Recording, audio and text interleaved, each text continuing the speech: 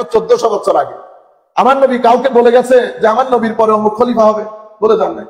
কিন্তু আমার নবীর পরে অটোমেটিক্যালি আবু বকর সিদ্দিক এসেছে। কিভাবে? তখনকার যুগের অ্যাভেইলেবল পার্লামেন্টের মধ্যে ডিবেট হয়েছে। কিসের উপর ডিবেট? কে হতে পারে? প্রত্যেকে যার যার নমিনেশন, 2-4 জন যারা ছিলেন নমিনেশন দিয়েছে, এটার উপর ডিবেট হয়েছে।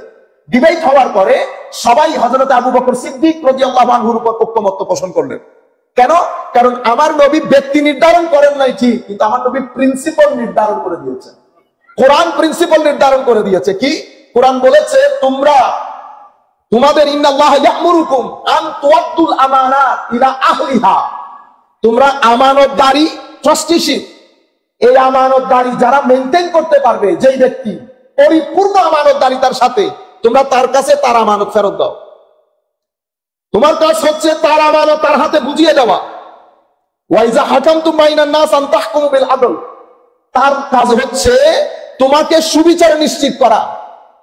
এবং আরেকটা প্রিন্সিপাল দিয়েছেন, ওয়া আমরুহুম শুরা বাইনাহুম, তোমরা যা কিছু ফয়সালা করবা, কোরআন হাদিস তো আপন জায়গায় আছে, কিন্তু তোমাদের মধ্যে কনসালটেশন থাকতে হবে। তোমরা ডিবেট করে, কনভারসেশন করে, পার্লামেন্টের মধ্যে ডায়ালগ করে যা করবা, একক সিদ্ধান্ত কখনো নিবা না। ওয়া আমরুহুম শুরা বাইনাহুম, আমার নবীকেও আল্লাহ ফাবিমা রাহমাতিন মিনাল্লাহি লিনতা লাহুম ওয়া লাউ কুনতা ফাজ্জান গালিজাল কলব লানফাদ্দু মিন হাওলিক ফাআফু আনহুম ওয়াস্তাগফির লাহুম ওয়া শাওবিরহুম ফিল আমর। আমার নবীকে আল্লাহ বলছেন, হাবিব মুশাওয়ারা করবেন। মুশাওয়ারা মানে পরামর্শ করা। তাইলে প্রিন্সিপাল দুইটা দিয়ে দিয়েছে, তিনটা। যিনি সত্যিকার অর্থে যোগ্য, আমি আমার ওই বিষয়টা তার হাতে ন্যস্ত করব। উনি আমাকে সুবিচার নিশ্চিত করবেন, যা কিছু ডিসাইড করবেন উনি সলা পরামর্শের মাধ্যমে ডিসাইড করবেন বেসড অন কোরআন এন্ড সুন্নাহ। বুঝতে পেরেছেন? আবু বকর সিদ্দিক এসেছেন, কোনো মারামারি কাটাকাটি নাই। আবু বকর সিদ্দিকের পরে ওনার এখানে একটা হাউস ছিল, স্পেশাল হাউস। 6 জন জলিলুল কদর সাহাবী নিয়ে ওই হাউস নির্মিত। হযরত আবু বকর সিদ্দিক রাদিয়াল্লাহু তাআলা আনহুর পরে আউটগোয়িং খলিফা, উনি কোন নিজের সন্তানের নাম নমিনেট করেন না। আমানতদারি দেখেছেন? আমার নবী যেভাবে করেছেন উনিও সেভাবে করেছেন, ছেড়ে দিয়ে চলে গেছে। 6 জন মিলে ফারুক আজমের নাম আউটগোয়িং খলিফা নমিনেট করেছেন, প্রস্তাব দিয়েছেন।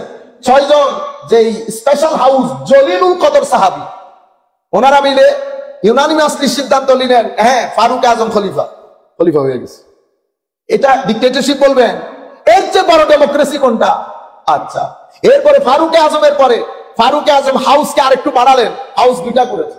একটা স্পেশাল করেছে, একটা জেনারেল করেছে, যেটা আমাদের ইংল্যান্ডে আছে, আমাদের এখানে বাংলাদেশেও আছে। জেনারেল হাউসের মধ্যে প্রায় কেউ বলেছে 40 জন, কেউ 60 জন মেম্বার ছিল। আর স্পেশাল হাউসে আহলুল হাল্লি ওয়াল আকদ বলি আমরা, ওখানে 6 জন, ওখানে 60 জন বা 40 জন আছে। ফারুক আজমের পরে সব জায়গায় ভোট 2 জনে পেয়েছে সমান সমান। উসমানে গনি যত ভোট, হযরত আলী কাররামাল্লাহু ওয়াজহুল করিমেরও তত ভোট। ঘটনা প্যাস লেগে গেছে না? স্পেশাল হাউসের মধ্যে 50-50, জেনারেল হাউসের মধ্যে 50-50। আমাদের ইংল্যান্ডের বলে House of Lords, House of Commons. আমেরিকার মধ্যে সেনেট বলে। স্পেশালটাকে আমাদের প্রত্যেকে নিয়েছে কনসেপ্ট, আমাদের কনসেপ্ট নেওয়ার পরে 50-50 হয়ে গেছে। এখন ঘটনা, এখন কি করবে? হযরত আব্দুর রহমান ইবনে আওফ রাদিয়াল্লাহু তাআলা আনহু, ওনাকে ইলেকশন কমিশনার বানিয়েছেন। ইস্তিজাবুল আম, ইলেকশন কমিশনার মানে মানুষের কনসেন্ট নেওয়ার জন্য ওনাকে নিয়োগ দিয়েছেন যে আপনি মানুষকে জিজ্ঞেস করে ভোট করেন। মডার্ন ভাষায় আপনারা ভোট করেন আর কি, ওপিনিয়ন জানেন। উনি ধারাবাহিকভাবে প্রত্যেক ব্যক্তি, ইভেন মুসাফিরদের কাছ থেকে পর্যন্ত ভোট নিয়েছে। শেষ পর্যন্ত হাড্ডাহাড্ডি লড়াইয়ের মধ্যে হযরত উসমানে গনি জিতেছেন, উসমানে গনি খলিফা হয়েছে। হযরত উসমানের পরে হযরত আলী রাদিয়াল্লাহু তাআলা আনহু হাউস অফ লর্ডস এর ভোটে ইউনানিমাসলি হযরত আলী চলে এসেছে। আপনি এখানে দেখছেন ডেভেলপমেন্টটা কিভাবে হয়েছে। ডেভেলপমেন্টের পরে বিচার, এর পরবর্তীতে ওনাদের খিদমত। এবার আমি এটা এখানে রাখি। এখন আপনি বলেন আপনি কোন খেলাফতের কথা বলতেছেন? আপনি খেলাফতের কথা বলে এরে কাফের বলতেছেন, এরে আল্লাহ পাক জানে ক্ষমতা গেলে কি করবেন, মাজার ভেঙে ফেলবেন বলতেছেন। বুঝতে পেরেছেন? এটা হচ্ছে উগ্রতা, এটা হচ্ছে, এবং একটা নির্দিষ্ট ষড়যন্ত্রের মাধ্যমে এই নামগুলাকে কালার করে ফেলা হয়েছে। আমি যখন এই বক্তব্যটা তুলে ধরেছি, উনি আমাকে জিজ্ঞেস করতেছেন, ইফ দিস ইজ খিলাফা then what's the difference between democracy and খিলাফা? I said there is no difference. Yes, there is a difference. Democracy এখন তোমরা যেটা বলতেছো এটা আমরা বলি western democracy. The democracy that I was talking about, এটা হচ্ছে এটার নাম ডিভাইন ডেমোক্রেসি। এটা কি ডেমোক্রেসি? Divine democracy. আপনারা বুঝতে পেরেছেন?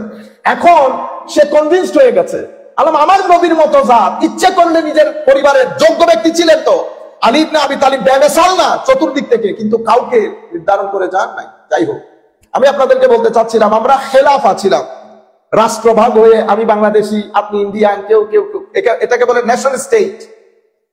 তো মুসলিম খেলাফতের পতনের পরে আমরা যখন বিভিন্ন রাষ্ট্রে বিভক্ত হলাম, মিডল ইস্ট আস্তে আস্তে শক্তি সঞ্চয় করে মিডল ইস্ট যখন শক্তিশালী হতে লাগলো, টাকা পয়সা পেল, মুসলিম দুনিয়ার মধ্যে আমাদের অর্থনৈতিক দুর্দশার সাথে সাথে, জ্ঞানগত দুর্দশার সাথে সাথে, রিসার্চগত দুর্দশার সাথে সাথে আমাদের এখানে ইখতিলাফ, পারস্পরিক দ্বন্দ্ব অনেক অনেক অনেক বেড়ে গিয়েছে। একটা কালচার তৈরি হয়ে গেছে, এ কাফের, এ বেদাতি, এই অমুক, এই সমুক। এটা ডিস্টার্ব করিয়েন না মাইকে প্লিজ। এভাবে একটা কালচার তৈরি করা হয়েছে। এখন সবচেয়ে বড় সমস্যা যেখানে তৈরি হয়েছে, আমাদের ধর্মের মধ্যে ডাইমেনশন তিনটা, এটা আপনারা শিখবেন। আমাদের ধর্মকে যদি একটা গাছ বলি, ওই গাছের শাখা বা গাছের টেইলে, বুঝুন না, গোসল, ট্রাঙ্ক, গাছের ডালপালা, তিনটা ঢাল। এই গাছের দিন একটা, ঢাল তিনটা। একটা হচ্ছে আকীদা, একটা আমল, আর একটা আপনার আখলাক, অর্থাৎ আপনার আধ্যাত্মিক সৌন্দর্য। তিনটা জিনিস জড়িত আপনার দিনের মধ্যে। এই তিনটা জিনিসের মধ্যে উম্মতে মুসলিমার মধ্যে আমলগত দিকে, আমলগত মৌলিক দিকে কোনো পার্থক্য নাই। পৃথিবীর কোন প্রান্তে মুসলমানরা কি নামাজ 6 ওয়াক্ত পড়ে?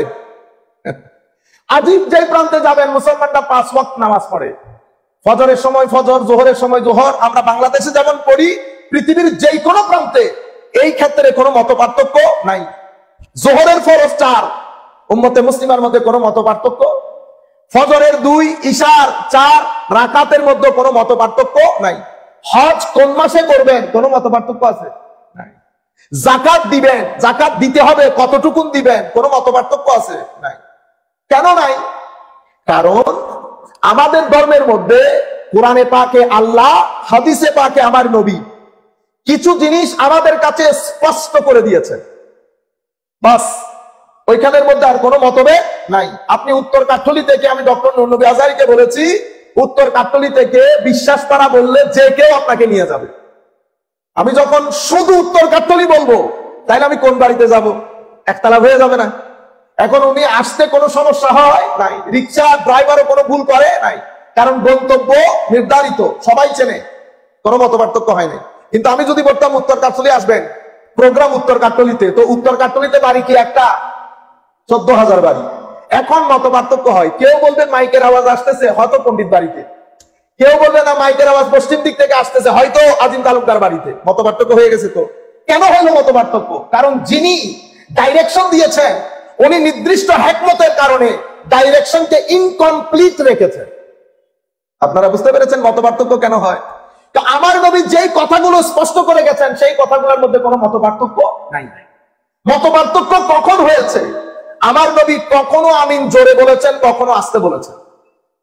কখনো হাত এভাবে তুলেছেন, কখনো এভাবে তুলেছেন, কখনো নিয়তটা নাভির নিচে করেছেন, কখনো বুকের উপর করেছেন, কখনো বুক থেকে একটু নিচে করেছেন, কখনো ছেড়ে দিয়েছেন।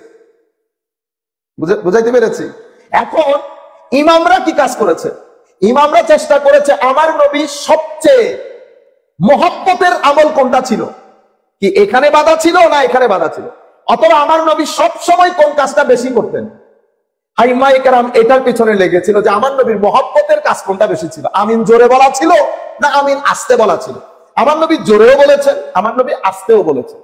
জোরের হাদিসও আছে, আস্তের হাদিসও আছে।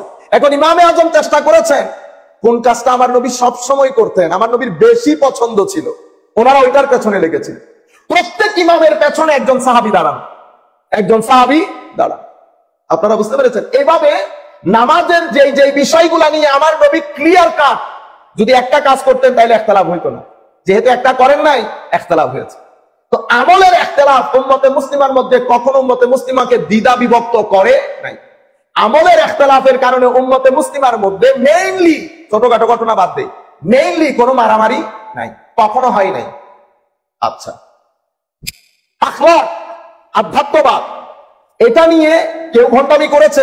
ভণ্ডামি সেই যুগে যেমন ছিল, ভণ্ডামি এই যুগও আছে। এই জন্য আল্লাহর ওলিদেরকে সুফিয়ায়ে কেরাম, আমি এই কথাটা বলছি, খাজায়ে মুঈনুদ্দিন যার মাজারের মধ্যে 40 দিন ছিলেন, আপনারা মাজার বললে এখন এমনি করে রাখেন, মাজার বুঝেন কি? পৃথিবীর পেরেক যেমন পাহাড়, আমাদের ধর্মের দ্বীনের পেরেক হচ্ছে আউলিয়া ইকরামের মাজার। আউলিয়া ইকরামের মাজার। আগে যাদের মাজার প্রীতি বেশি ছিল বিদায় দ্বীনও বেশি ছিল। এখন আপনি বেশি স্মার্ট হয়ে গেছেন বিদায় দ্বীন নাই। দ্বীন মনে রাখবেন, এখন আমাকে দেখতে দাড়ি টুপি এগুলা লাগাইতে কোনো কষ্ট হয়েছে? আমার টাকা খরচ হয়েছে শুধু। এটা তো যে কোনো ব্যক্তি যে কোনো মুহূর্তে পরিবর্তন করতে পারে। এটা পরিবর্তন না, ভিতর পরিবর্তন হচ্ছে আসল পরিবর্তন। তাওহীদ দুই ধরনের। আপনি পড়ে ফেললেন লা ইলাহা ইল্লাল্লাহ মুহাম্মাদুর রাসূলুল্লাহ, এটা তাওহীদ, আপনি আল্লাহর একত্ববাদে বিশ্বাস করেছেন। কিন্তু আপনি জানেন আসল একত্ববাদ কোনটা? আসল একত্ববাদ হচ্ছে আপনার ভিতরে বাইরে আল্লাহ আল্লাহ রাসূল বাদে কেউ না থাকা। চাইবো আল্লাহর কাছে, ভয় আল্লাহর জন্য, লোভ লালসা দুনিয়া কোনো কিছু যখন ব্যক্তির ভিতরে থাকে না, তাকে বলে আসল তাওহীদবাদী। আপনি আল্লাহর ওলিদেরকে তাওহীদ শিখাইতে আসছেন, ইন্না লিল্লাহ। হুজুর গৌসুল আজম বলছে নিজের বন্ধুকে, তো আসলে কি দুইজনের তাওহীদ পরীক্ষা করি। তো কিভাবে? তো তুমি বলো এই এলাকার সবচেয়ে ভীতিকর জায়গা কোনটা? তুমি বলছেন অমুক জায়গা। তো চলো দুইজনে মিলে যাই। তুমি তোমার হাতে একটা তালোয়ার বা তখনকার যুগের যে অস্ত্র ছিল ওটা রাখবা, আমি কোনো কিছুই নিব না, আমি এমনিতে যাব। তোমার ভিতরে যদি ভীতি আসে তাহলে তাওহীদ নাই, ভয় লাগলে তাওহীদ নাই। যার ভিতরে ভয় থাকবে না সে হলো আসল তাওহীদবাদী। কারণ যার ভিতরে তাওহীদ আছে, আল্লাহ আছে, তার ভিতরে আল্লাহর নূর তো কোনো কিছু ঢুকতেই দেবে না। সেই তো 24 আওয়ার্স আমার আল্লাহর সুহবতের মধ্যে থাকে। বুঝতে পেরেছেন? সেই কারণে হুজুর গৌসুল আজম সহ গেলেন তাওহীদ। তো স্বাভাবিকভাবে উনি বলছেন, হুজুর আমার তাওহীদ আপনার তাওহীদের চেয়ে অনেক দুর্বল। একটা হচ্ছে বিশ্বাস, আর একটা হচ্ছে সেই বিশ্বাসের আলো ছড়ানো। আমি শুধু বিশ্বাস করি, আমার বিশ্বাসের মধ্যে ইয়াকিন যেটা থাকার পরে নূর যেটা আসার কথা সেটা নাই। কিন্তু আল্লাহর ওলিদের মধ্যে এই তাওহীদের বিশ্বাসের সাথে সাথে আলোটাও আছে। সেই কারণে আমি বাজার জমাইতে পারি না, আল্লাহর ওলি বাজার জমাইতে পারে। আল্লাহর ওলি বাজার জমাইতে, প্রত্যেক মাদ্রাসার পেছনে একজন আল্লাহর ওলি আছে। আপনি এখানে হিসাব আজকে আজীব মাহল তৈরি করেছেন। আমি আপনাদেরকে বলছি, আল্লাহর ওলি বাদে আমরা যদি উল্টো লটকে যাই, আল্লাহর ওলির সাথে বেয়াদবি করবো, আমরা 10 তক্কা উঠবো, 15 তক্কা নিচে নামবো। এটা হবে না কখনো। কারণ আল্লাহ তাদেরকে এত প্রটোকল দান করেছে। ইভেন নামাজের মধ্যে সালামের ব্যবস্থা করে দিয়েছেন, আসসালামু আলাইনা ওয়া আলা ইবাদিল্লাহিস। নামাজ কার? আল্লাহর না? তো আল্লাহর নামাজের মধ্যে আল্লাহর ওলিদেরকে সালাম দেওয়ার কোনো দরকার আছে? কিন্তু এটা আল্লাহর ডিভাইন প্রটোকল। ওরা কেন করেছেন? তো because they are part and parcel of this দীন। কিভাবে মাওলা? তো দ্বীনের প্রচার বিস্তৃতি এবং প্রসারে আমার ওলিরা রাত দিন কাজ করেছে দ্বীনের জাহের এবং বাতেনকে সামলানোর জন্য। কেউ জাহেরের কাজ করেছে, মাদ্রাসার মধ্যে পড়িয়ে মানুষকে আনন্দ দিয়েছে। কেউ বাতেনে আমার নবীর মাধ্যমে আনিত নূর বিতরণ করেছে। যারা পড়িয়েছে তারা বইয়ের মাধ্যমে পড়িয়েছে, যারা নূর বিতরণ করেছে তারা সিনার মাধ্যমে সিনা থেকে সিনা নূর বিতরণ করেছে। একটার জন্য লাইব্রেরিতে থাকতে হয়, আরেকটার জন্য রাতে সিজদা দিয়ে আল্লাহর দরবারে পড়ে থাকতে হয়। একটার জন্য মাদ্রাসা, আরেকটার জন্য গভীর জঙ্গলের মধ্যে আল্লাহ রাব্বুল আলামিনের স্মরণে একাগ্র চিত্তে বসে থাকতে হয়। আল্লাহ রাসূল অপছন্দ করেন এমন প্রত্যেক জিনিস থেকে দূরে থেকে নফসকে কঠিন সাধনার মাধ্যমে কন্ট্রোল করে নামাজের নূর, জিকিরের নূর, কোরআনের নূর এগুলা দিয়ে ভরপুর করে নিজের রূহকে শক্তিশালী করে তারা আল্লাহ রাব্বুল আলামিনের ডিভাইন লাইটের রেসিপিয়েন্ট হয়েছে। They became recipient of the divine light after miserable, indescribable effort and struggle. বর্ণনাতীত চেষ্টা প্রচেষ্টার মাধ্যমে তারা এই নূর ধারণ করেছে। সেই কারণে আমার আল্লাহ তাদেরকে নামাজের মধ্যেও সালামের ব্যবস্থা করে দিয়েছে এবং বলেছেন আমার এই ওলিদের কোনো ভয় নাই, চিন্তা নাই, পেরেশানি নাই। তারা দুনিয়াতেও সম্মানিত। তারা যখন এন্তেকাল করবেন তাদের এন্তেকাল তো অদ্ভুত সুন্দর। হাদিসে মুসনাদ ইমাম আহমদ ইবনে, আমি অসংখ্যবার বলেছি, আমি কথাগুলো রিপিট করতে চাচ্ছি না, মুসনাদ ইমাম আহমদ ইবনে হাম্বলের মধ্যে এই হাদিসটা ইমাম ইবনে কাসির এনেছেন, ইসাব্বিতুল্লাহুল্লাযিনা আমানু বিল কওলি সাবিত, এই আয়াতের ব্যাখ্যায় হযরত বারা ইবনে আযিব রাদিয়াল্লাহু তাআলা আনহুর হাদিস। এত দারুণ আল্লাহ মুমিনের মওত, মৃত্যু নির্ধারণ করেন, কি দারুণ প্রটোকল দিচ্ছেন। এই রূহ কবজ থেকে শুরু করে মুনকার নাকিরের সওয়াল পর্যন্ত, আপনি যদি, আমি এগুলো রিপিট করতে চাচ্ছি না, আমার অসংখ্যবার বলেছি।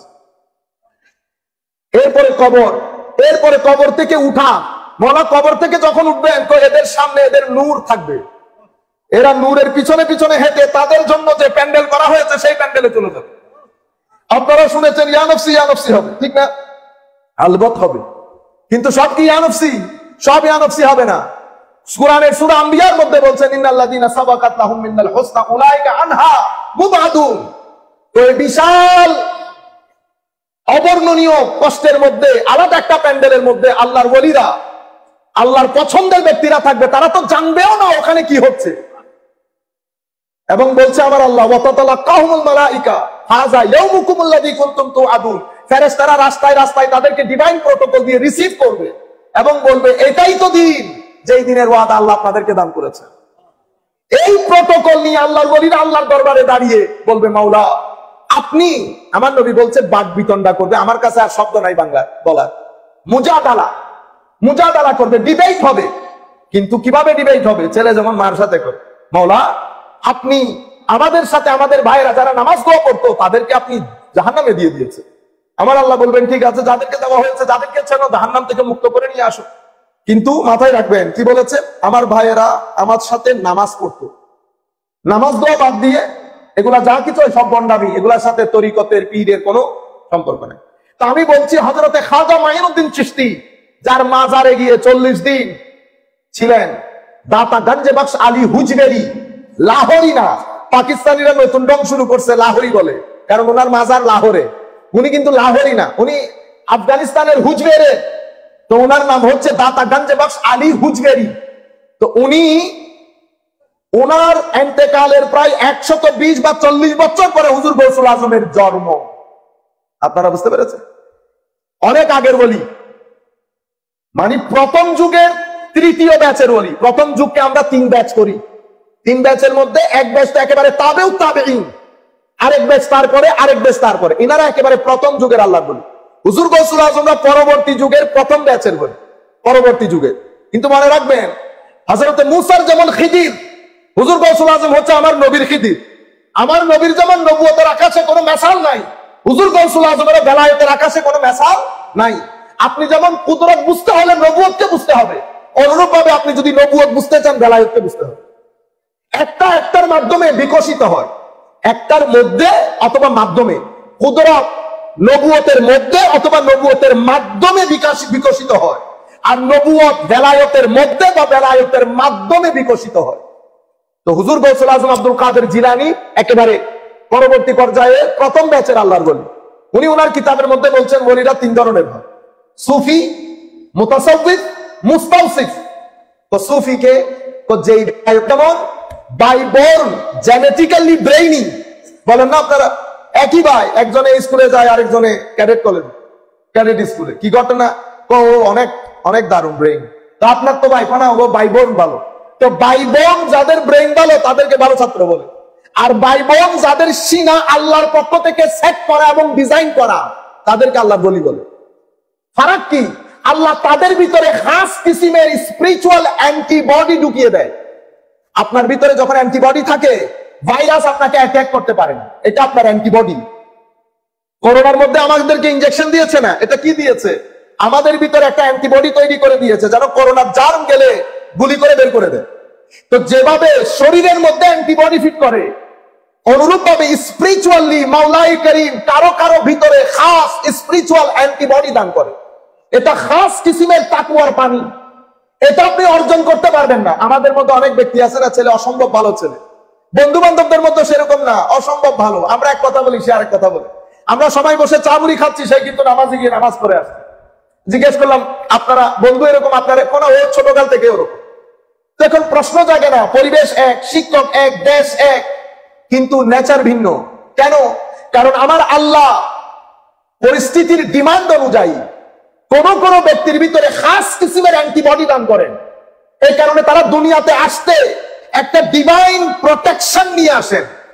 রোগ হয় না, ভিতরে শয়তান তাদেরকে ওয়াসওয়াসা দিতে পারে। আমার আল্লাহ নিজেই কোরআন শরীফের মধ্যে বলেছেন, আমরা আজকে হাদিস শরীফে না যাওয়ার চেষ্টা করব। আমার আল্লাহ বলছেন, ফাইজা কারাতাল কুরআন ফাস্তাইজ বিল্লাহি মিনাশ শাইতানির রাজিম। যখন আপনারা কোরআন পড়বেন তো রাজিম, মারদুদ, অভিশপ্ত শয়তান থেকে আল্লাহর দরবারে পানা চাইবেন। সেই কারণে আমরা কোরআন পড়ার আগে কি বলি? আউযু বিল্লাহি মিনাশ শাইতানির রাজিম পড়ি না কেন?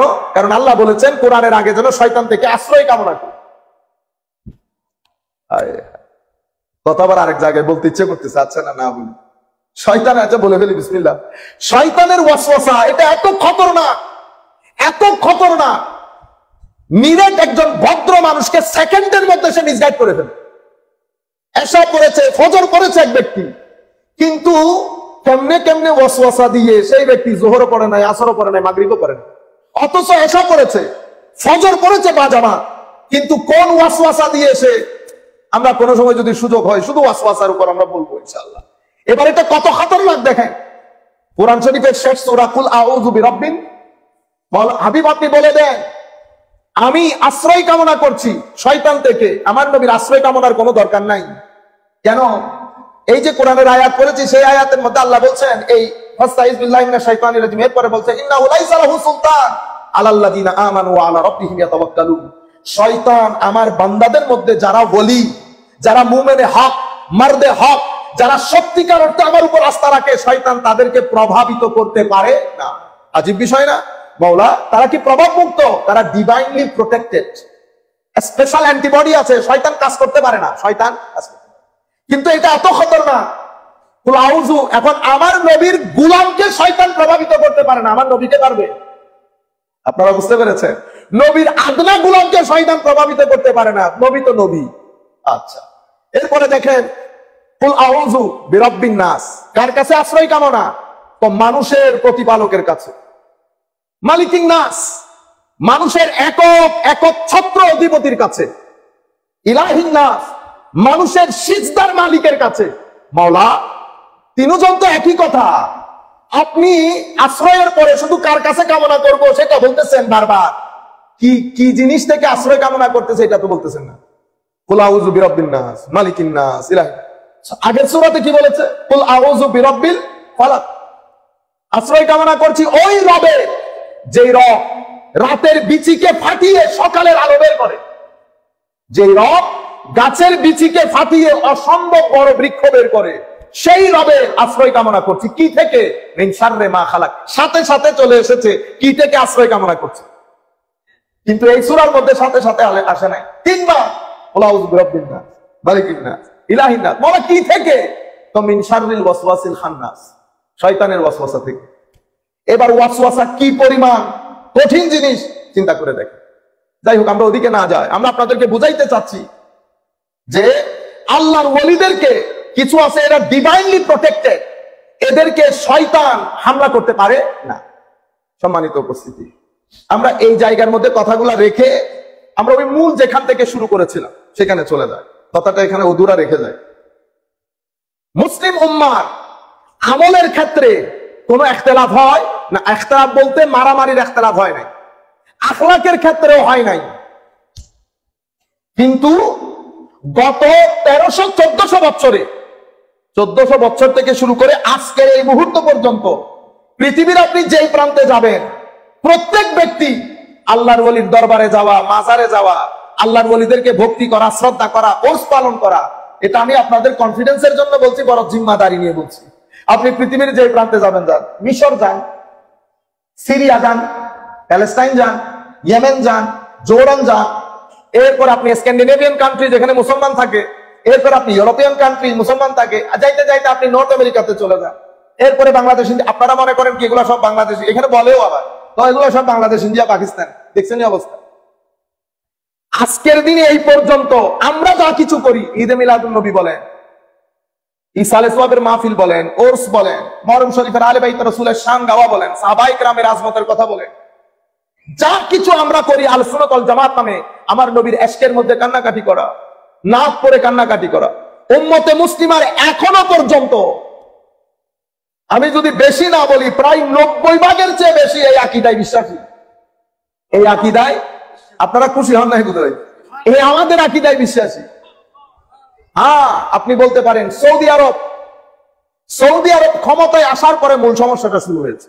কিন্তু সৌদি আরবের মধ্যে মক্কা শরীফ থেকে আপনি যদি 5 মাইল, আমার মনে হয় আমরা যখন মাঝখানে গেছিলাম 10 রিয়াল নিছে এই ট্যাক্সি ড্রাইভার, এখন হয়তো নিতে নিতে $20 রিয়াল নেবে। হযরতে শেখ আলবী মালিকি রহমতুল্লাহি আলাইহির দরবার, সেই দরবারের মধ্যে মিলাদুন নবী দফ বাজিয়ে বাজিয়ে পালিত হয় মিলাদ কিয়া। ছোটখাটো আলেম না, 2 হেরেমের মধ্যে আলেম আইতে রাসূল, 2 হেরেমের মধ্যে ওনার বাপ দাদা 14 গোষ্ঠী হাদিসের দরজ দিত। ওসমানিয়া খেলাফতে ওনার দাদারা দরজ দিতেন, অতঃপর উনি দরজ দিয়েছেন। সৌদি আরব ক্ষমতায় আসার পরে ওনাকে রাষ্ট্র ছেড়ে বাইরে ইন্দোনেশিয়া চলে যেতে হয়। দীর্ঘ বছর পর বিয়ে করেছেন ইন্দোনেশিয়া, দীর্ঘ বছর পরে ফেরত এনেছে সৌদি সরকার।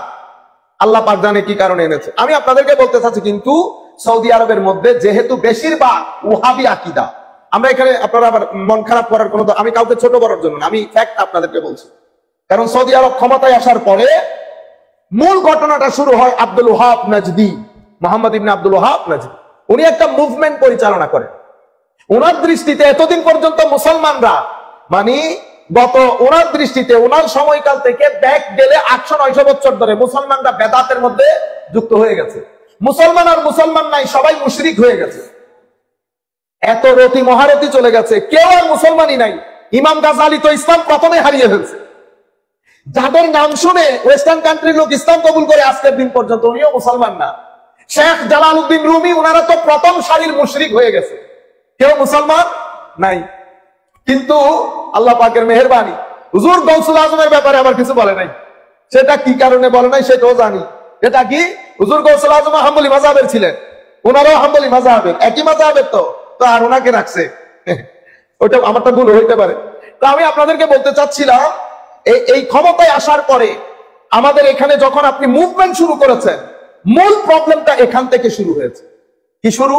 আপনি বলছেন মুসলমানরা নবী করিম সাল্লাল্লাহু আলাইহি ওয়াসাল্লামের মহব্বতের ব্যাপারে সীমালঙ্ঘন করে ওনাকে আল্লাহ পর্যন্ত পৌঁছিয়ে দিয়েছে। এখান থেকে মুসলমানের সমস্যার শুরু।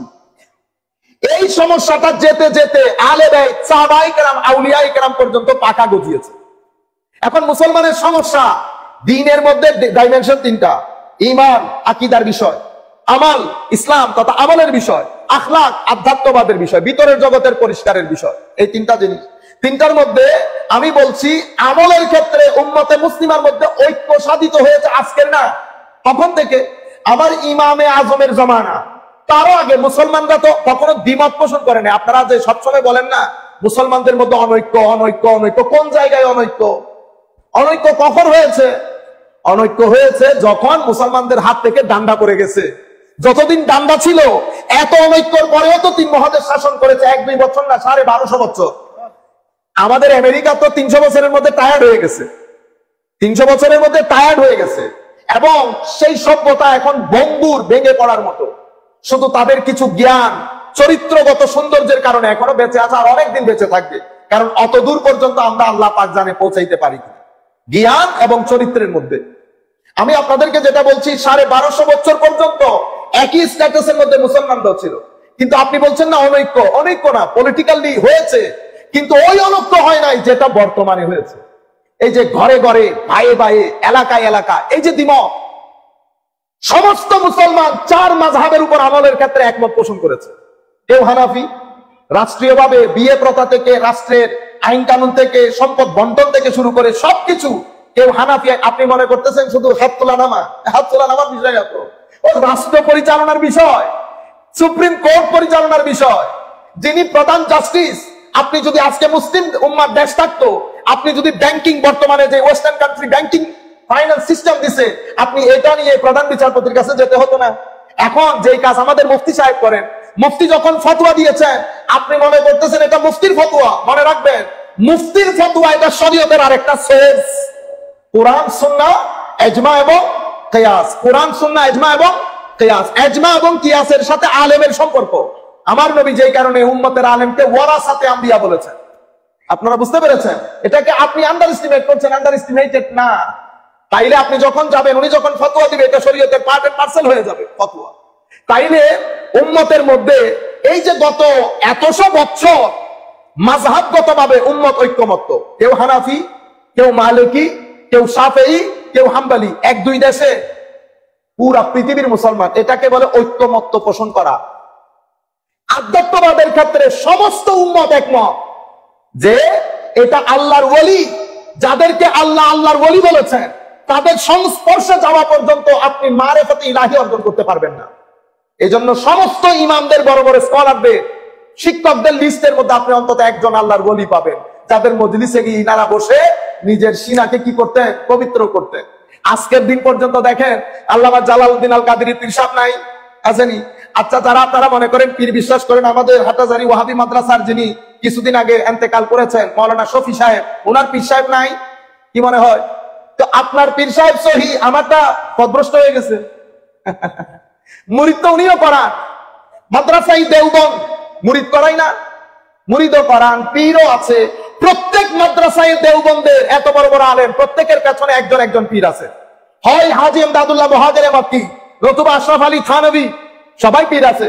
আপনি যেই কোনো এখন তো আমরা লেখাপড়া ছেড়ে দিয়েছি, জানিও না। আমি জানি এখনো অনেকে রাস্তার মধ্যে শুনতেছেন, আপনি মনে করতেছেন আমি মিথ্যা বলতেছি। আমার প্রত্যেক কথা জিম্মাদারিপূর্ণ কথা। আল্লাহর ওয়াস্তে রাস্তায় টকমক না করে আমার কথাগুলো আপনি জাজ করতাম করেন, গুগলের মধ্যে লেখেন আপনার ওই আলেম, শিক্ষকের নামও আসবে, ছাত্রের নামও আসবে। আপনি তখন দেখবেন কার পিছনে কোন আল্লাহর ওলি আছে। আপনারা বুঝতে পেরেছেন?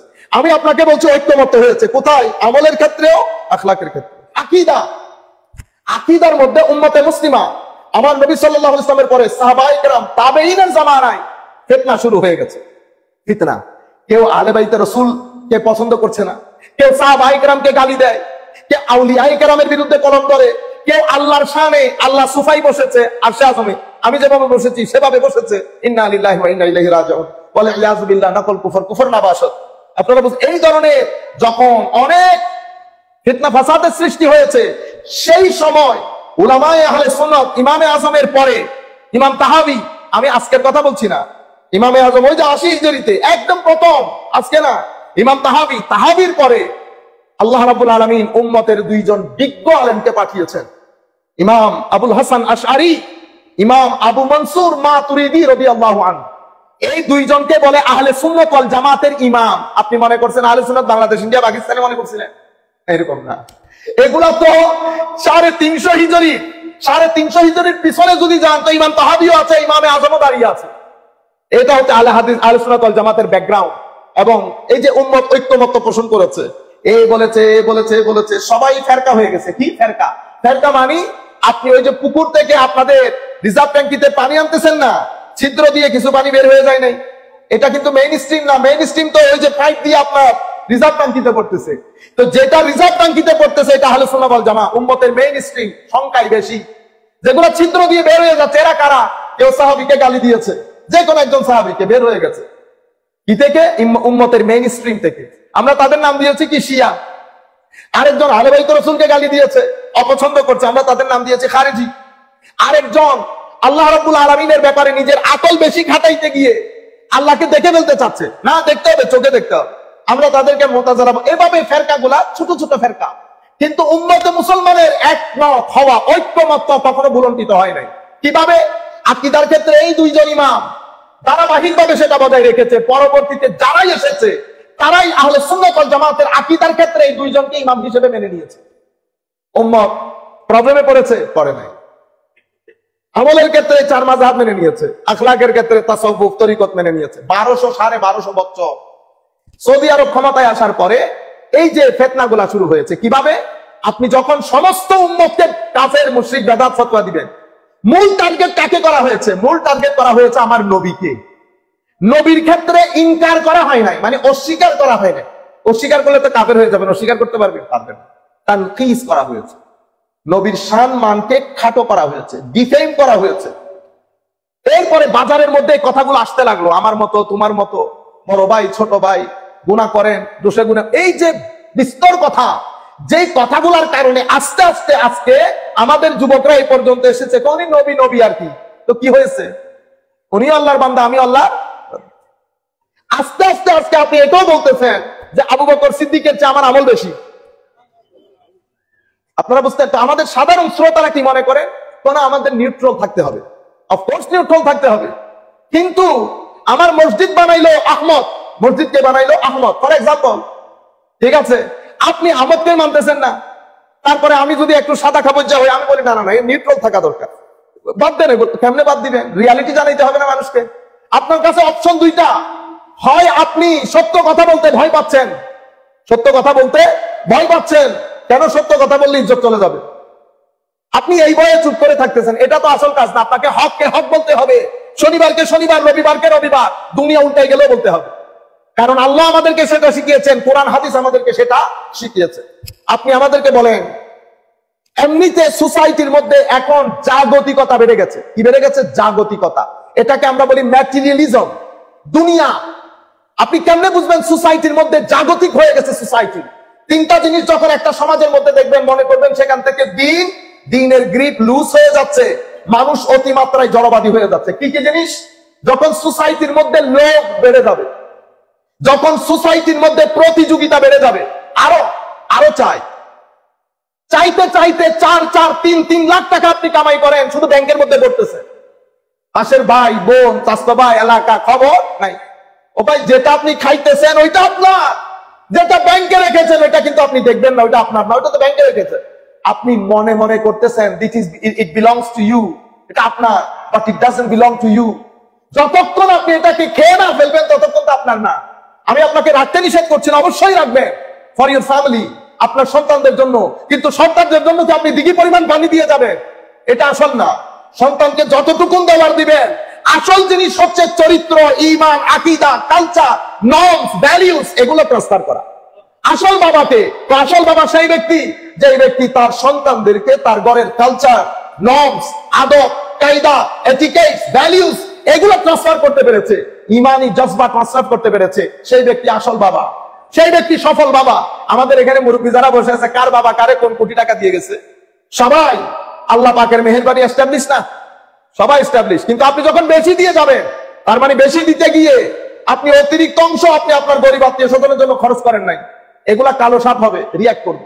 আমি আপনাকে এখন একটা গুরুত্বপূর্ণ মেসেজ দিই, আপনারা কখনো মনে করবেন না ধর্ম বাদ দিয়ে আপনি পৃথিবীতে শান্তিতে থাকতে পারবেন। এটা আমার মূল মেসেজ, আমার পুরো 5-6 মাসের সফরের মধ্যে এটা আমার মূল মেসেজ।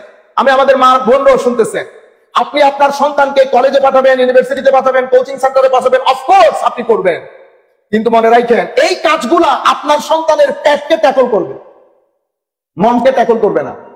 আপনার এখানে 3টা জিনিস, ব্রেইন, আমি যদি শুধু 3টা পার্ট বলি, পেট, আপনার সিনা, বক্ষ অর্থাৎ আপনার মন এবং আপনার ব্রেইন। কলেজে পাঠাচ্ছেন, ইউনিভার্সিটিতে পাঠাচ্ছেন, ঠিক আছে, তার ব্রেইনের কাজ হচ্ছে, এটা দিয়ে তার পেটে খাদ্য ঢুকবে, কিন্তু তার মনের খাদ্য কে দিবে? তার মনের খাদ্য কোত্থেকে আসবে? মনে রাখেন, মনের খাদ্য শুধু আসবে আল্লাহ থেকে, রসুল থেকে, কোরআন থেকে, ধর্ম থেকে, নামাজ থেকে। আপনি মনের খাদ্য আর কোথাও খুঁজে পাবেন না, এবং মানুষকে সহযোগিতা করা থেকে। আপনি যদি আমাকে এক বাক্যে জিজ্ঞেস করেন, তো আমি বলবো আল্লাহতে স্মরণ, মানুষকে সহযোগিতা করণ, এই দুইটার মধ্যে আপনার মানসিক শান্তি আপনি কিনে আনতে পারবেন ঘরে। এখন আমরা কি করছি? আমরা পেটের জন্য পারতেছি না উল্টা লটকে যেতে, সবকিছু করছি, কিন্তু আমার ছেলের প্রাণের ক্ষুধা আমি নিবারণ করতে পারছি না। কেন?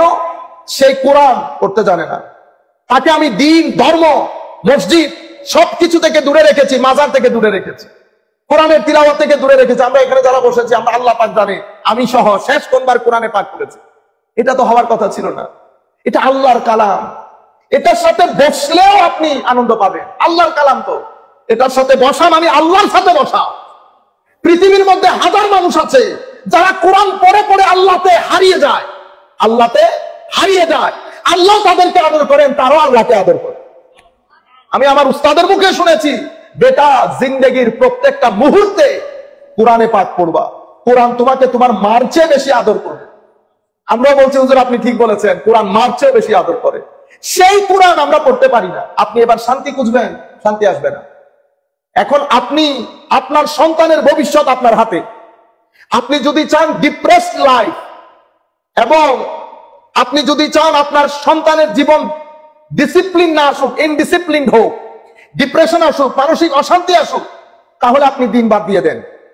আমি কেস স্টাডি হিসাবে আপনাদেরকে আমেরিকার কথা বলতে পারি, ইংল্যান্ডের কথা বলতে পারি। সেই দেশের মধ্যে পেটের কাজ 100%, গাড়ি ঘোড়া সবকিছু আছে, কিন্তু কোন মানুষের মনে শান্তি নাই। আপনি মানুষের মনে শান্তি নাই সেটা কেমনে বুঝবেন? ওইটা তো আর ফিতা ট্যাপ নিয়ে মাপতে যাইতে পারবে না যে দেখি ফিতা ট্যাপ দিয়ে শান্তি মনে আছে কিনা। কিছু ফ্যাক্টরস আছে, সেটার মাধ্যমে আপনি বুঝতে পারবেন। কিভাবে? একটা দেশের মানুষের মন শান্তিতে নাই, ডিভোর্স রেট দিয়ে বুঝতে পারবেন, ক্রাইম রেট দিয়ে বুঝতে পারবেন, ড্রাগ ডিলিং দিয়ে বুঝতে পারবেন, হত্যার ধরন দিয়ে বুঝতে পারবেন মানুষ মানসিকভাবে সুস্থ আছে কিনা। আপনি এই যে কথাগুলো বললাম, আপনি দেখেন তো এগুলো বাড়ছে কি কমছে? এগুলো তো বাড়ার কথা না, কারণ আপনি মনে করছেন আপনি উন্নয়নের দিকে যাচ্ছেন। আমিও মনে করছি আমি উন্নয়নের দিকে যাচ্ছি, কারণ আমার রাস্তাঘাট ঘর বাড়ি প্রত্যেকের হাতে পয়সা এসেছে। এটা ঠিক, পয়সা এসেছে, কিন্তু পয়সার মধ্যে তো শান্তি রাখে নাই। আমার আল্লাহ বলছেন আলা বিযিকরিল্লাহি তাতমাইন্নুল কুলুব, ইতমিনানে কলব শুধু জিকরে ইলাহির মধ্যে, শরীয়তে ইলাহির মধ্যে, দ্বীন ইলাহির মধ্যে এবং রাসূল ইলাহির মধ্যে, আমার আল্লাহ কর্তৃক আনিত সামগ্রিক বিধানের মধ্যে ইতমিনানে কলব, অন্তরের প্রশান্তি। সুতরাং আমি মা বাবার প্রতি বিনয়ের সাথে বলবো, আপনারা শুধু এক পাশে হয়ে যায় না। সমাজের মধ্যে এই জিনিসগুলো বেড়ে গেলে আপনি ইজিলি বুঝতে পারবেন সমাজের মানুষ শান্তিতে নাই। এখন এগুলো কমাবেন কেমনে? গুলি মেরে মেরে, গুলি মারলে কমবে না।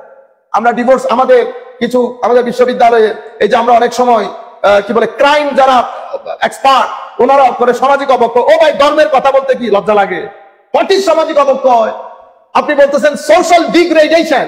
Of course social degradation, but how it has happened? এটা ঘটলো কেমনে? এটা ঘটছে কারণ আপনি শিক্ষা থেকে এবং সামগ্রিক দুনিয়া থেকে আপনি দ্বীনের গ্রিপ লুজ করে ফেলেছেন। দিন লাগবে না। আপনি আমাদের টকশোগুলোর মধ্যে, এটা জাতির ব্রেইন, এভাবে ওরা কি করে প্রিপেয়ার করে। টকশোগুলোর মধ্যে কথা যখন বলে, এখানে কেউ নাই, চোখে চোখ রেখে কথা বলা। এখন দিন মানি তো কবরের সাথে সম্পৃক্ত? অফকোর্স ন। দিন দুনিয়ার সাথে সম্পৃক্ত, অতঃপর কবর। রব্বানা আতিনা ফিদ দুনিয়া হাসানা ওয়া ফিল আখিরাতি হাসানা। আমার ছেলে যারা এখন 10 বছরের, তারা কিছুদিন পরে 25 বছরের হবে। আমি এখন কথা বলবো, আপনারা লিখে রাখবেন। 25 বছরের ছেলে তারা যখন 25 বছরের হবে, আমাদের দেশের আত্মহত্যার রেট বেড়ে আসমানে উঠবে। আত্মহত্যার রেট। আমার ঘরের ছেলে অথবা আমার পাড়ার ছেলে দেখবেন বিছানায় শুয়ে শুয়ে কয়বার সে আত্মহত্যার চিন্তা করতেছে। কিভাবে আত্মহত্যা করবে? আপনি যেভাবে ডিভাইস, আপনি WHO, ওয়ার্ল্ড হেলথ অর্গানাইজেশন, বিশ্ব স্বাস্থ্য সংস্থা এই কিছুদিন আগে 10 থেকে 15 বছর আগে ঘোষণা দিয়েছে যে ডিপ্রেশন করোনার চেয়ে ভয়াবহ হচ্ছে। ডিপ্রেশন করোনার চেয়েও, এটা আমাদের নতুন প্রজন্ম, তরুণ প্রজন্মকে খেয়ে ফেলবে এই ডিপ্রেশন। কি কারণে ডিপ্রেশন? মোবাইল এবং টেকনোলজি। মোবাইল এবং টেকনোলজি। আপনি একটা ছেলের কাছ থেকে, 15 বছরের একটা ছেলের কাছ থেকে মোবাইল নিয়ে 10 মিনিট দেখবেন সে ইরিটেটেড হয়ে যাচ্ছে, সে রিঅ্যাক্ট করা শুরু করছে, কারণ তার মানসিক অবস্থা সুস্থ না। সে কোন মানসিক সুস্থ ব্যক্তি রাতের 2:30 পর্যন্ত ঘুমে পড়ে যাচ্ছে, তবুও সে মোবাইল ইউজ করতেছে। এটা হবার কথা ছিল না। কেন করছে? কারণ সে মানসিকভাবে সুস্থ না। পৃথিবীর মধ্যে কোন প্রাণী নিজের ঘুম নষ্ট করে না, এক জাতি শুধু নষ্ট করে, সেটা মানুষ। সেটার নাম মানুষ। ঘুমাইতে ঘুমাইতে 2:30 বেজে যাচ্ছে, আপনি ঘুমাইতে পারছেন না। যেই ব্যক্তি লাইট অফ করে এই রেস গুলাকে চোখ দিয়ে খাবে, 10-15 বছর যেতে না যেতে তার ব্রেইন, তার চোখ, organ of his body protest করা শুরু করবে, ড্যামেজ হয়ে যাবে। এই দিক খেয়াল করার কেউ নাই। আমরা চেষ্টা করছি যতদূর সম্ভব বাংলাদেশের আনাচে কানাচে এই কথাগুলো পৌঁছিয়ে দেওয়া। আমি এই বিষয়ে আর সময় নষ্ট না করি। আরেকটা বিষয়, আপনি ছেলেকে কোথায় নিয়ে যাবেন? এক তো দুনিয়া, ম্যাটেরিয়ালিজম, ম্যাটেরিয়ালিস্টিক। এই যে আমি আপনাদেরকে কথাগুলো বলছি, এগুলো যখন উপরে চলে যাবে, ডিভোর্স রেট, এই যে শব্দগুলো বলছে আমার লজ্জা লাগছে না, অথচ আজ থেকে 10 বছর আগে আমরা শব্দগুলো উচ্চারণই করি নাই। কিন্তু এখন আপনি আসমানে চলে যাচ্ছে, কারণ আপনি শান্তিতে নাই। শান্তিতে নাই। কেন শান্তিতে নাই? কারণ আপনি আখেরাতে আল্লাহ পাক জানে বিশ্বাস করেন কিনা। আপনি সবকিছু এখনই চান, এখন দিতে হবে। আপনি এক কেন্দ্রিক হয়ে যাচ্ছেন, আপনি মানুষকে রাইট দিচ্ছেন না। শ্বশুর বাড়ি হলে এক ধরনের, বাপের বাড়ি আরেক ধরনের। আপনার ফিতা ট্যাগ গুলা এক পেশে হয়ে গেছে। আবার আপনি আর্গুমেন্ট, সবকিছু এখন অমুক এরকম, সমুক এরকম, আপনি কম্পিটিশনের মধ্যে আছেন। আমাকে এটা করতে হবে। খরচ, আপনার ঘরের ইনকাম 15,000, আপনি 25,000 টাকা খরচ করতে পারবেন না, কিন্তু আপনি পাগল করে দিচ্ছেন। কেন? আপনার চোখ থেকে আখেরাত সরে গেছে। যার ভিতরে আখেরাত থাকে, যার ভিতরে আল্লাহ প্রেম, নবী প্রেম থাকে, সে একটা রং কথা বললে দৃষ্টি ওদিকে চলে যায়। আমার আল্লাহ নি কোনো নারাজ হয়ে যাচ্ছে, আমার নবী নি কোনো নারাজ হয়ে যাচ্ছে। বুঝতে পেরেছেন? এই জিনিস, এটা তাকুয়ার পানি বলে, এটা মানুষকে প্রটেক্ট করে। এগুলা কেন হচ্ছে? কারণ রাত দিন আমরা ঘরের মধ্যে নাটক, সিনেমা, এগুলা বাদে আমাদের ঘরের মধ্যে কোনো প্র্যাকটিস নাই। নামাজ পড়েন? হ্যাঁ পড়েন। আপনি সিনেমা, নাটক একটাকে অর্ধেক করে রেখে আপনি নামাজ পড়তে বসেছেন, আপনি নামাজ পড়তে পারেন নাই। আপনার সাবকনশিয়াস মাইন্ডের মধ্যে ওই জিনিসগুলাই ঘুরতেছে। আপনি শুধু তুতামানার মতো সূরা ফাতিহার আর একটা ইনা কয়নার কুহু আল্লাহ পড়েছেন, নামাজের সাথে আপনি নাই। যখন আপনি এই আন্দাজে নামাজ পড়ছেন, হাদিসে পাকের মধ্যে আমার নবী বলছে তোমার নামাজ তোমাকে আল্লাহ থেকে দূরে সরিয়ে দেবে। আপনি পড়েছেন কাছে আসার জন্য, দূরে সরিয়ে দিচ্ছে আপনারা। এটা একটা সমস্যা। আর একটা মূল সমস্যা ঘটেছে উগ্রবাদ। কিবা? উগ্রবাদ। ছেলে এখন নামাজের মধ্যে গেলে মা বাবা ভয় পেয়ে যাচ্ছে। কেন? কারণ এই ছেলে কলেজের মধ্যে, আমাদের এখানে কিছু জাল বিছানো হয়েছে, বিশেষ করে অনলাইন মিডিয়ার মধ্যে জাল বিছানো হয়েছে। এদের পিছনে কে? নোবডি নোস। বাংলাদেশের মাদ্রাসাগুলো থেকে যদি প্রমোট করা হইতো তাহলে বুঝতাম বাংলাদেশের বড় বড় মাদ্রাসা থেকে প্রমোট করা হচ্ছে। অমুক শেখ, অমুক শিক্ষক আছে, আল্লাহ পাক জানে, কেউ নাই। ছেলেগুলো যেহেতু মানসিক ভাবে রুগ্ন, অসুস্থ, তারাই অনলাইন থেকে পেয়ে হঠাৎ করে তাদের দাড়ি হয়ে গেছে 1.5 বিয়ত, তখন তাদের পায়জামা উঠে গেছে হাঁটু পর্যন্ত। তারা এটাকেই দিন মনে করছে। তাকে বোঝানো হচ্ছে আশেপাশে যারা আছে কেউ মুসলমান না, চলো জান্নাতের রাস্তায়। আপনি জান্নাতের রাস্তায় যেতে গিয়ে বুয়েট ছেড়ে দিয়েছেন, ঢাকা বিশ্ববিদ্যালয় ছেড়ে দিয়েছেন, মেডিকেল কলেজ ছেড়ে দিয়েছেন। এসে আপনি সমাজের মধ্যে আপনার কতক্ষণ এই মসজিদে, কতক্ষণ ওই মসজিদে যেতে লাগলেন। ন্যাশনালি, লোকালি, ইন্টারন্যাশনালি কিছু লোক কাজ করছে একটা নির্দিষ্ট দেশ থেকে। 2016 পর্যন্ত পৃথিবীতে প্রায় 70,000 কোটি টাকা খরচ হয়েছে। কি কারণে জানেন? ওই আইডিওলজির প্রচারের জন্য। ওই আইডিওলজির প্রচারের জন্য। সেই দেশের বিশ্ববিদ্যালয়গুলোর মধ্যে আমি আপনি চাইলে ভর্তি হতে পারবো না। ডক্টর নূর নবী ভর্তি হতে পারবে না, no matter how bright he is, doesn't matter. কেন? তো he belongs to a different school, he is a student of Jamia, that's why he is not allowed. আপনাকে কি করতে হয়? এখানে একজন নির্দিষ্ট ব্যক্তির সিগনেচার লাগে। ওখান থেকে পরে আপনি, আপনার কাছে বেদাত, শিরক বাদে আর কোনো কথা নাই। এরপরে আমরা বিশ্ববিদ্যালয় করেছি, ব্যাংক করেছি, বিভিন্ন ধরনের অর্গানাইজেশন করেছি। বাংলাদেশের 3 হাত অন্তর অন্তর 3 তলা 10 তলা বিল্ডিং বানিয়েছি। আমরা যখন এখান থেকে ধরেন আমি হবিগঞ্জ যাব, আপনি অবাক হয়ে যাবেন, প্রতি 10 হাত পর পর আমরা চট্টগ্রামের মধ্যে এতগুলো লোক মিলে একটা স্কুলের বিল্ডিং বানাইতে পারতেছি না। কিন্তু আপনি 4 হাত পর পর প্রতিষ্ঠান, ছোটখাটো চোখ ধাঁধানো প্রতিষ্ঠান পুরো বাংলাদেশের মধ্যে, বা ইন্ডিয়ার মধ্যে, পাকিস্তানের মধ্যে, আফ্রিকার মধ্যে, Jamaican country, Caribbean country Jamaica, জ্যামাইকার মতো নন মুসলিম দেশে যেখানে এখন মুসলমানের সংখ্যা 4,000 হয় নাই, সেখানে আপনি 7টার মতো মসজিদ বানিয়ে ফেলছেন। আপনি মসজিদে নামাজ না, আপনার মানে মেইন টার্গেট 2টা, শিরক এবং বেদাত। বেদাতের ক্ষেত্রে সবকিছুর মূলে আমার নবী। নবী সাধারণ, নবী সাধারণ। এরা নবীকে বাড়িয়ে দিচ্ছে, এরা নবীকে বাড়িয়ে দিচ্ছে। এটা আমার যুবক ছেলেরাও খেয়েছে। তাদেরকে বোঝানো হয়েছে উনি নবী, উনি আল্লাহ সৃষ্টি, উনাকে আল্লাহ নবী বানিয়েছেন, বিদায় নবী। বুঝতে পেরেছেন? আপনার কাজ কি? আল্লাহকে সন্তুষ্ট করে জান্নাত অর্জন করা। এবং যারা এই কাজগুলোর মাধ্যমে শিরিক করবে, মাজারের মধ্যে গিয়ে জিয়ারত করা শিরিক, কবরের মধ্যে জিয়ারত করা শিরক, এই শিরকগুলো যারা করবে তাদেরকে আমরা আমাদের সামর্থ্য মতো রুখে দাঁড়াবো। সামর্থ্য মানি রুখে দাঁড়াবো মানে যদি হত্যা করতে পারি তাহলে হত্যা করে দেব। আল্লামা নুরুল ইসলাম ফারুকীকে হত্যা কারা করেছে? আপনারা মনে করছেন নিউট্রন? কেউ নিউট্রন না। আমার নবী হাদিসে পাকের মধ্যে ইরশাদ করেছেন, কেউ বলার নাই এগুলা। আমার নবী বলেছেন সালাতুন ইয়া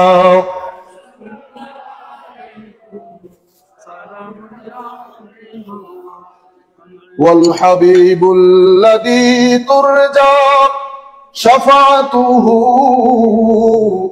লিকুল্লি হাওলিন মিনাল আহওয়ালি মুক্তাহামি সালাতুন ইয়া সালামুন ইয়া হাবিবাল্লাহ আলাইহি। আমার নবীর জামানা থেকে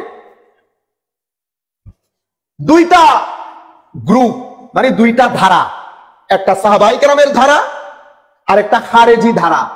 খারেজি বলতে আপনি যদি বুখারী শরীফ পড়েন সেখানে আলাদা একটা অধ্যায় আছে, কিতাবুল খাওয়ারিজ। এই অধ্যায় খারেজিদের অধ্যায়, এটা কোনো কাফের মুশরিকের অধ্যায় না, আমাদের মধ্যকার খারেজিদের অধ্যায়। তাইলে সেই যুগ থেকে এই যুগ পর্যন্ত ধারা কয়টা হলো? 2টা। একটা সাহাবায়ে কেরামের। এখন আমি আপনাদেরকে দেখাই, আমরা আমাদের বক্তব্যে ঢুকি। হযরতে মুআজ পিছনে বসা আমার নবীর সাথে, আমার নবী হযরতে মুআজকে ডাক দিলেন, ইয়া মুআজ। মুআজ একটা আরোহণের উপর, বাহনের উপর, খচ্চরের উপর আমার নবীর সাথে বসা। মুআজ আমার নবীর সাথে গা ঘেঁষে বসেছে। আমার নবী ডাক দিলেন, ইয়া মুআজ। এই ডাকে সাড়া দেওয়ার তরিকা দুইটা। হয় আপনি আরবির মধ্যে বলবেন নাম, জি বলেন, আমরা এরকমই তো বলি, হ্যাঁ বলেন। কিন্তু হযরতে মুআজ নাম বলে নাই, লাব্বাইকও বলে নাই, বলতে পারতেন। সাহাবায়ে কেরামের আদব দেখেন, নবীর সাথে ডিলিংস কিভাবে করত। হযরতে মুআজ জবাব দিলেন, লাব্বাইকা ওয়া সাদাইকা ইয়া রাসূলুল্লাহ। হুজুর, মুআজ আপনার কদমে কুরবান। আপনি ডাক আর জবাবের মধ্যে দেখছেন অবস্থা। মুআজকে ডাক দিয়েছে, মুআজ বলবে হ্যাঁ বলেন ইয়া রাসূলুল্লাহ, কিন্তু মুআজ বলছে লাব্বাইকা ওয়া সাদাইকা ইয়া রাসূলুল্লাহ। হুজুর, মুআজের মা বাবা আপনার কদমে কুরবান। হুজুর বলেন কি বলতে চান? আমার নবীর কথা বলে দিলেন। আমি আপনাদেরকে বোঝাতে চাচ্ছি সাহাবায়ে কেরামের অ্যাড্রেস গুলা দেখে। আরেকটু সামনে যাই। কিছু কিছু লোক মুনাফিক, যারা মুসলমানের সাথে নামাজ আদায় করত কিন্তু আসলে মুসলমান ছিল না, তারা তো উনি বলে সবকিছু জানেন নবী, ওই আমরা যে ওনার সাথে নাই এটা তো উনি জানেন না। এই কথা আমার নবীর কানে আসছে। আসার সাথে সাথে যেহেতু আমার নবীর ইলম নিয়ে কথা হয়েছে, জ্ঞান নিয়ে, আসার সাথে সাথে আমার নবীর হালতের মধ্যে পরিবর্তন হয়েছে। আমার নবীর ইলমের সমুদ্রের মধ্যে তরঙ্গ সৃষ্টি হয়েছে। আমার নবী মসজিদে নববীর মিম্বরে দাঁড়িয়ে যান, দাঁড়িয়ে আমার নবী এলান করেন, সালুনি আম্মা শিতুম, যা মন চাই তোমরা জিজ্ঞেস করো একজন একজন করে। আমার নবী জজবার হালতের মধ্যে, চেহারা লাল হয়ে গেছে। সাহাবায়ে কেরাম বসা, সিদ্দিক বসা, ফারুক বসা, সবাই চুপচাপ। কিছু নতুন সাহাবী, কিছু মিডিয়াম, কিছু মুনাফিক, সবাই উঠে উঠে নবীকে প্রশ্ন করছে। ফজরের নামাজ শেষ হলো, যোহর শেষ হলো, আসর শেষ হলো, আমার নবী তো উত্তরের মধ্যে আছে। সাহাবী বলছে, সেই দিন পৃথিবীর শুরু থেকে পৃথিবীর শেষ, জান্নাতীরা জান্নাতে, জাহান্নামীরা জাহান্নামে যাওয়া পর্যন্ত যা কিছু পৃথিবীতে ঘটেছে, ঘটছে, ঘটবে, সবকিছু আমার নবী প্রত্যেকের প্রশ্নের উত্তর দিতে গিয়ে বলে দিয়েছে। যখন আমার নবীর চেহারা পরিবর্তন হয়ে যায়, ফারুক আযম দাঁড়িয়ে বলেন, ইয়া রাসূলুল্লাহ। ফারুক বলেন, ইয়া রাসূলুল্লাহ, কোনো কিছুর প্রয়োজন নাই, নবী একটু শান্ত হন। ইয়া রাসূলুল্লাহ, আমাদের কোন দলিলের প্রয়োজন নাই, কোন প্রশ্নের প্রয়োজন নাই, প্রশ্ন ছাড়া, দলিল ছাড়া, ইয়া রাসূলুল্লাহ আপনি হক, আপনার আনিত ধর্ম হক, আপনার আল্লাহ হক, আপনার শরীয়ত হক। ইয়া রাসূলুল্লাহ, ফারুকের মা বাবা আপনার কদমে কুরবান। বিআবি আনতা ওয়া উম্মি ইয়া রাসূলুল্লাহ। হযরতে ফারুক তার দুই হাঁটু দিয়ে আমার নবীর হাঁটুর সাথে গেড়ে বসলেন, মিনতি করে বলছেন, শান্ত হয়ে যান ইয়া রাসূলুল্লাহ। মুনাফিকরা কে কি বলেছে না বলেছে ইয়া রাসূলুল্লাহ ওদিকে দেখিয়েন না, আমরা ফারুকদের জন্য আপনি যথেষ্ট। কোন দলিলের দরকার নাই, কোন ইলমের দরকার নাই, কোন কিছু জানার দরকার নাই। আমি বলছি, বিআবি আনতা ওয়া উম্মি ইয়া রাসূলুল্লাহ, হুজুর ফারুকের মা বাবা আপনার কদমে কুরবান। আপনারা কোনদিন কারো কাছে কথা কি মা বাবার সাথে কেউ এভাবে বলে, আমার মা বাবা আপনার কদমে কুরবান? এটা সাহাবায়ে কেরামের তরিকা। আপনার দৃষ্টিভঙ্গি, আপনি কোনটা গ্রহণ করবেন? সাহাবীরটা গ্রহণ করলে সাহাবীরটা, না করলে আপনি খারিজিদের সাথে থাকেন, কোনো অসুবিধা নেই। আমি শুধু আপনাদেরকে ফারাকটা বোঝাচ্ছি, যেভাবে আপনারা বুঝবেন। আমি এখানে কোনো ইলমি বক্তব্য দিচ্ছি না। ইলমি বক্তব্য তো আলেম ওলামা বসলে তখন তো বক্তব্য আরেক ধরনের হবে। আমি শুধু আপনারা বোঝার মতো, যেহেতু মা বাবারাও বসছেন এখানে, মারাও বসছেন। এরপরে সমস্ত সাহাবায়ে কেরাম বিদায় হজ্জের বাসনের মধ্যে বসা। আমার নবী আওয়াজ দিলেন, এটা কোন শহর, কোন মাস, কোন দিন? সাহাবায়ে কেরাম জানতেন না এটা কোন শহর, কোন মাস। হজ কি জিলকদ মাসে হয়, বা হজ কি আমেরিকায় হবে? সবাই হেরেমে উকুফে আরাফার মধ্যে সবাই তো জানে এটা আরাফা, আজকের দিন এটা। কিন্তু সমস্ত সাহাবী চুপ, লক্ষাধিক সাহাবায়ে কেরাম, সমস্ত সাহাবী বলছে, আল্লাহু ওয়া রাসূলুহু আলামু।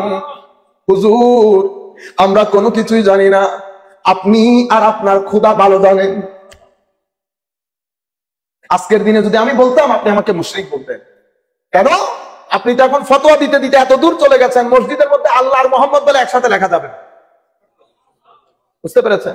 কিছুদিন আগে আমাদের একজন বড় বক্তা এখানকার বাংলাদেশে, ওই যে আমাদের নবী সাহেব বলেছেন এখন আলেম হতে হয় না, বক্তা আর কি, উনি বলতেছেন ফাতেমা আর হযরত আলীর মধ্যে কি হয়ে গেছে? ঝগড়া হয়ে গেছে। ফাতেমা আর আলীর মধ্যে ঝগড়া হয়েছে। ফাতেমা চলে গেছে মসজিদে নববীতে, আলী চলে গেছে মসজিদে নববীতে। আলী ইমান খারাপ করে শুয়ে আছে। হঠাৎ করে বিশ্বনবী কোন জায়গা থেকে এসে আলীর ডান দিক থেকে আলীকে ডাকতেছে। ডান দিক থেকে ডাকলে আলী বাম দিক থেকে চলে যায়। আলী স্বাস্থ্য ভাইয়ের কথা হচ্ছে আলী আসাদুল্লাহ গালিব, আলী ইবনে আবি তালিব, তিন মহাদেশের শাসক আলী, আরেকজন বিশ্বনবী। আচ্ছা, বিশ্বনবী বাম দিক থেকে আসলে আলীর ডান করট হয়ে যায়। আলী মনে মনে বলতেছে এতক্ষণ পর্যন্ত মেয়ে ডিয়াডি করেছে, এখন আসছে বাপে ডিয়াডি করতে। আমি মাঝে মধ্যে চিন্তা করি আসমান কেন ভেঙে পড়ে না। ওয়াল্লাহি বলছি, আল্লাহর ইজ্জতের কসম করে বলছি, ফারুক আজম থাকলে তলোয়ার নিয়ে দৌড়াইতো আমাদের। আপনাদের কাছে এগুলা খুব ভালো লাগে কেন? ওই বলেছি না জড়বাদী যুগ। জড়বাদী যুগের মধ্যে একটা বড় ফ্যাক্টর হচ্ছে দুইটা জিনিস আলবাত উঠে যাবে, সম্মান, মহব্বত। জড়বাদী যুগ মানুষ শরীর কেন্দ্রিক হয়, এখানে কোনো মহব্বত থাকে না। ক্যাশ কেন্দ্রিক হয়, ক্যাশ। ক্যাশ মানি আপনার কাছে টাকা থাকলে ইউ আর রেসপেক্টেড, নো টাকা নো রেসপেক্ট। এটা আমাদের না, এটা আমেরিকায় শিখাইছে আমাদেরকে। আমেরিকার একজন বড় ফিলোসোফার, আধুনিক জগতের ফিলোসোফার বলে উইলিয়ামস, জেম উইলিয়ামস, আমি যদি ভুল না করে থাকি, প্রথম নামের মধ্যে ভুল হচ্ছে। সেই ব্যক্তি বলছে কি, রিয়ালিটি হচ্ছে আসল। If you have cash reality, no cash no reality. আপনার কাছে টাকা থাকলে, এটা হচ্ছে জড়বাদী যুগ। জড়বাদী যুগের দুইটা বড় জিনিস হচ্ছে মহব্বত এবং শ্রদ্ধাবোধ খতম হয়ে যাবে। মানুষ টাকার উপর ভ্যালিউড হবে। তো আপনি এখন মা বাবা বড়দের সাথে সেই সম্মান দিতে পারতেছেন? অথচ আমার নবী বলেছে যেই ব্যক্তি বড়কে সম্মান করে না, সেই ব্যক্তি আমার উম্মত না। সম্মান না করলে উম্মত না, সাধারণ মানুষকে। আর আমার নবীকে যদি সম্মান না করেন তো কি হয়? মা বাবার সাথে বেয়াদবি করলে বেয়াদবি হয়, নবীর সাথে বেয়াদবি করলে বেঈমান হয়। আপনারা বুঝতে পেরেছেন? যাই হোক, আমি আপনাদের, তো যখন মা বাবার সম্মান চলে গেছে, পাড়া প্রতিবেশীর সম্মান চলে গেছে, ছেলে আপনি ঢাকা বিশ্ববিদ্যালয়ে দিয়েছেন না, আইনবিদ কতবিদ বানিয়েছেন, আপনার কাছে খারাপ হয়ে গেছে। ছেলে মাদ্রাসায় যাচ্ছে, মনে রাখে দিনদার ছেলে মা বাবাকে যে সম্মান করতে পারবে, সেই সম্মান দিন কম এমন ছেলে করতে পারবে না। কারণ মা বাবাকে সম্মান করতে হবে, এটা দিনের শিক্ষা, এটা মেডিকেল সায়েন্সের শিক্ষা না, এটা সমাজবিদ্যার শিক্ষা না। সম্মানিত উপস্থিতি, তাইলে আপনি তিনটা অ্যাড্রেস দেখেন। প্রথমটা ছিল লব্বাইকা ওয়া সাদাইকা, দ্বিতীয়টা ছিল বিআবি আনতা ওয়া উম্মি ইয়া রাসূলুল্লাহ, তৃতীয়টা আল্লাহু ওয়া রাসূলুহু আ'লাম। পাইছেন তো? এই সাহাবায়ে কেরাম, আমার নবীর সাহাবী, এক সাহাবীর ঘরে আমার নবী গেলেন, গিয়ে দরজা নক করলেন। নক করা মানে সালাম দেওয়া আর কি। এক সালাম, দুই সালাম, তিন সালাম। সাহাবী ঘরের দরজায় বসা, সালামের জবাব দেয়, কিন্তু দিতে সময় আস্তে করে দেয়। আমার নবী মনে করছে কেউ নাই, আমার নবী ব্যাক করে চলে আসছে। সাহাবী যখন আমার নবী যখন চলে আসছেন, সাহাবী আমার নবীর পেছনে দৌড় দিলেন, ইয়া রাসূলুল্লাহ, ইয়া রাসূল। আমার নবী পেছন ফিরে বললেন, কি ব্যাপার, সালামের জবাব দিলেন না যে? ইয়া রাসূলুল্লাহ, দিয়েছি তো। আমি তো শুনি নাই। তো আপনি শোনার জন্য বলিও না ইয়া রাসূল। কেন? ইয়া রাসূলুল্লাহ, আমি জানি আপনি তিনবার সালাম দিবেন, তিনবারের আগে আপনি আমার ঘর থেকে যাবেন না। আমি যদি প্রথম সালামের উত্তর আপনি শুনেন মতো করে দিতাম, দুই সালাম থেকে আমি বঞ্চিত হতাম। আমি এত পাগল না। ইমামুল মুরসালিন নবী আমার ঘরের দরজায়, 14 তারিখের চাঁদ আমার ঘরের দরজায়, আমি এই নবীর সালাম থেকে নিজেকে বঞ্চিত করব এমন বেকুব আমি না। হাবিব, প্রত্যেক সালামের জবাব দিয়েছি, কিন্তু আস্তে করে, যেন আপনি আবার সালাম দেন। আপনি সালাম দিচ্ছি আর আল্লাহর দরবারে শুকরিয়া আদায় করছি, দয়াল নবী আজ আমার ঘরে। তৃতীয়বার সালাম যখন দিয়েছেন, আমি জানি আপনি তিনবার দিবেন। ইয়া রাসূলুল্লাহ, সালামের জবাব দিয়েছি, শুধু আপনার সালাম থেকে আমি নিজেকে বঞ্চিত করতে চাই নাই। সাহাবায়ে কেরাম, আপনি আপনারটার সাথে আপনি মিলাই দেখেন। সম্মানিত উপস্থিতি, এটা একটা হুদাইবিয়ার প্রান্তর। হুদাইবিয়ার প্রান্তরের মধ্যে মারমার কাট অবস্থা। এই 2 মিনিট পর পর কাফের মুশরিকদের পক্ষ থেকে লোক আসে। আমরা বিস্তারিত ভাবে আমাদের বাইতুল মুকাররমের মধ্যে বলেছি, সেই জন্য আমি ওইদিকে না যাই। কিন্তু একেবারে হুদাইবিয়ার প্রান্তরে কুরাইশদের পক্ষ থেকে প্রেরিত সবচেয়ে বড় প্রটোকল অফিসার, যারা এই ন্যাশনালি ইন্টারন্যাশনালি পলিটিক্স গুলাকে ডিল করে। পিটার হাস আছে না, তো তখনকার যুগেরই পিটার হাস আর সে আসছে, এসে আমার নবীর অবস্থান ব্যাক করে সে বারবার চাচ্ছে, হযরত মিসওয়ার বিন মাখরামা ওনারা পরবর্তীতে ইসলাম কবুল করেছে, কিন্তু ওনারা চাচ্ছেন যে মক্কার কুরাইশদেরকে বলছে আল্লাহর ওয়াস্তে যুদ্ধ করতে যাইস না। কেন? তো আমি মুসলমানদেরকে যে অবস্থায় দেখেছি, যুদ্ধ করে তাদের সাথে ময়দানে টিকে থাকা যাবে না। হ্যাঁ, তারা যুদ্ধ করতে আসে নাই, অস্ত্র নাই তাদের সাথে, কিন্তু তাদের যে মনোবল এবং রাসূলের প্রতি তাদের যে ডেডিকেশন, তোমরা 10 মিনিটও তাদের সামনে টিকতে পারবা না। বদর আমার চোখের সামনে, উহুদ আমাদের চোখের সামনে। বদরের যুদ্ধে তাদের হাতে কিছুই ছিল না, আমরা অস্ত্রে শস্ত্রে সুসজ্জিত ছিলাম, কিন্তু আমরা দেখেছি বদরের যুদ্ধে মুসলমানরা যুদ্ধ করে নাই, তাদের পিছনে একটা অদৃশ্য শক্তি যুদ্ধ করেছে। তারা একটা মারলে আমরা 10টা অনুভব করেছি। কারা করেছে যুদ্ধ? ফেরেশতারা করেছে যুদ্ধ। সম্মানিত উপস্থিতি, যখন উনি বারবার বলছেন যুদ্ধ করতে যাইস না মুসলমানের সাথে, তারা যুদ্ধ করতে আসে না, তারা উমরা করতে এসেছে, উমরা করে তাদেরকে ফেরত দিয়ে দে। কিন্তু মক্কার কুরাইশরা তারা হঠধর্মী, মুঠো হাতের মুঠোই পেয়েছে, কিন্তু ভয়ও পাচ্ছে, ভয়ও পাচ্ছে। কেন? কারণ তারা জানে ইনি নবী, ইনি নবী, দুনিয়া উল্টে গেল নবীকে হারানো সম্ভব হবে না। কিন্তু নিজেদের হঠধর্মীর কারণে আবার শয়তানের ওয়াসওয়াসা সবকিছু মিলে তখন সেই ব্যক্তিকে জিজ্ঞেস করতেছে তুমি এত ইমোশনাল কেন হয়ে গেলা?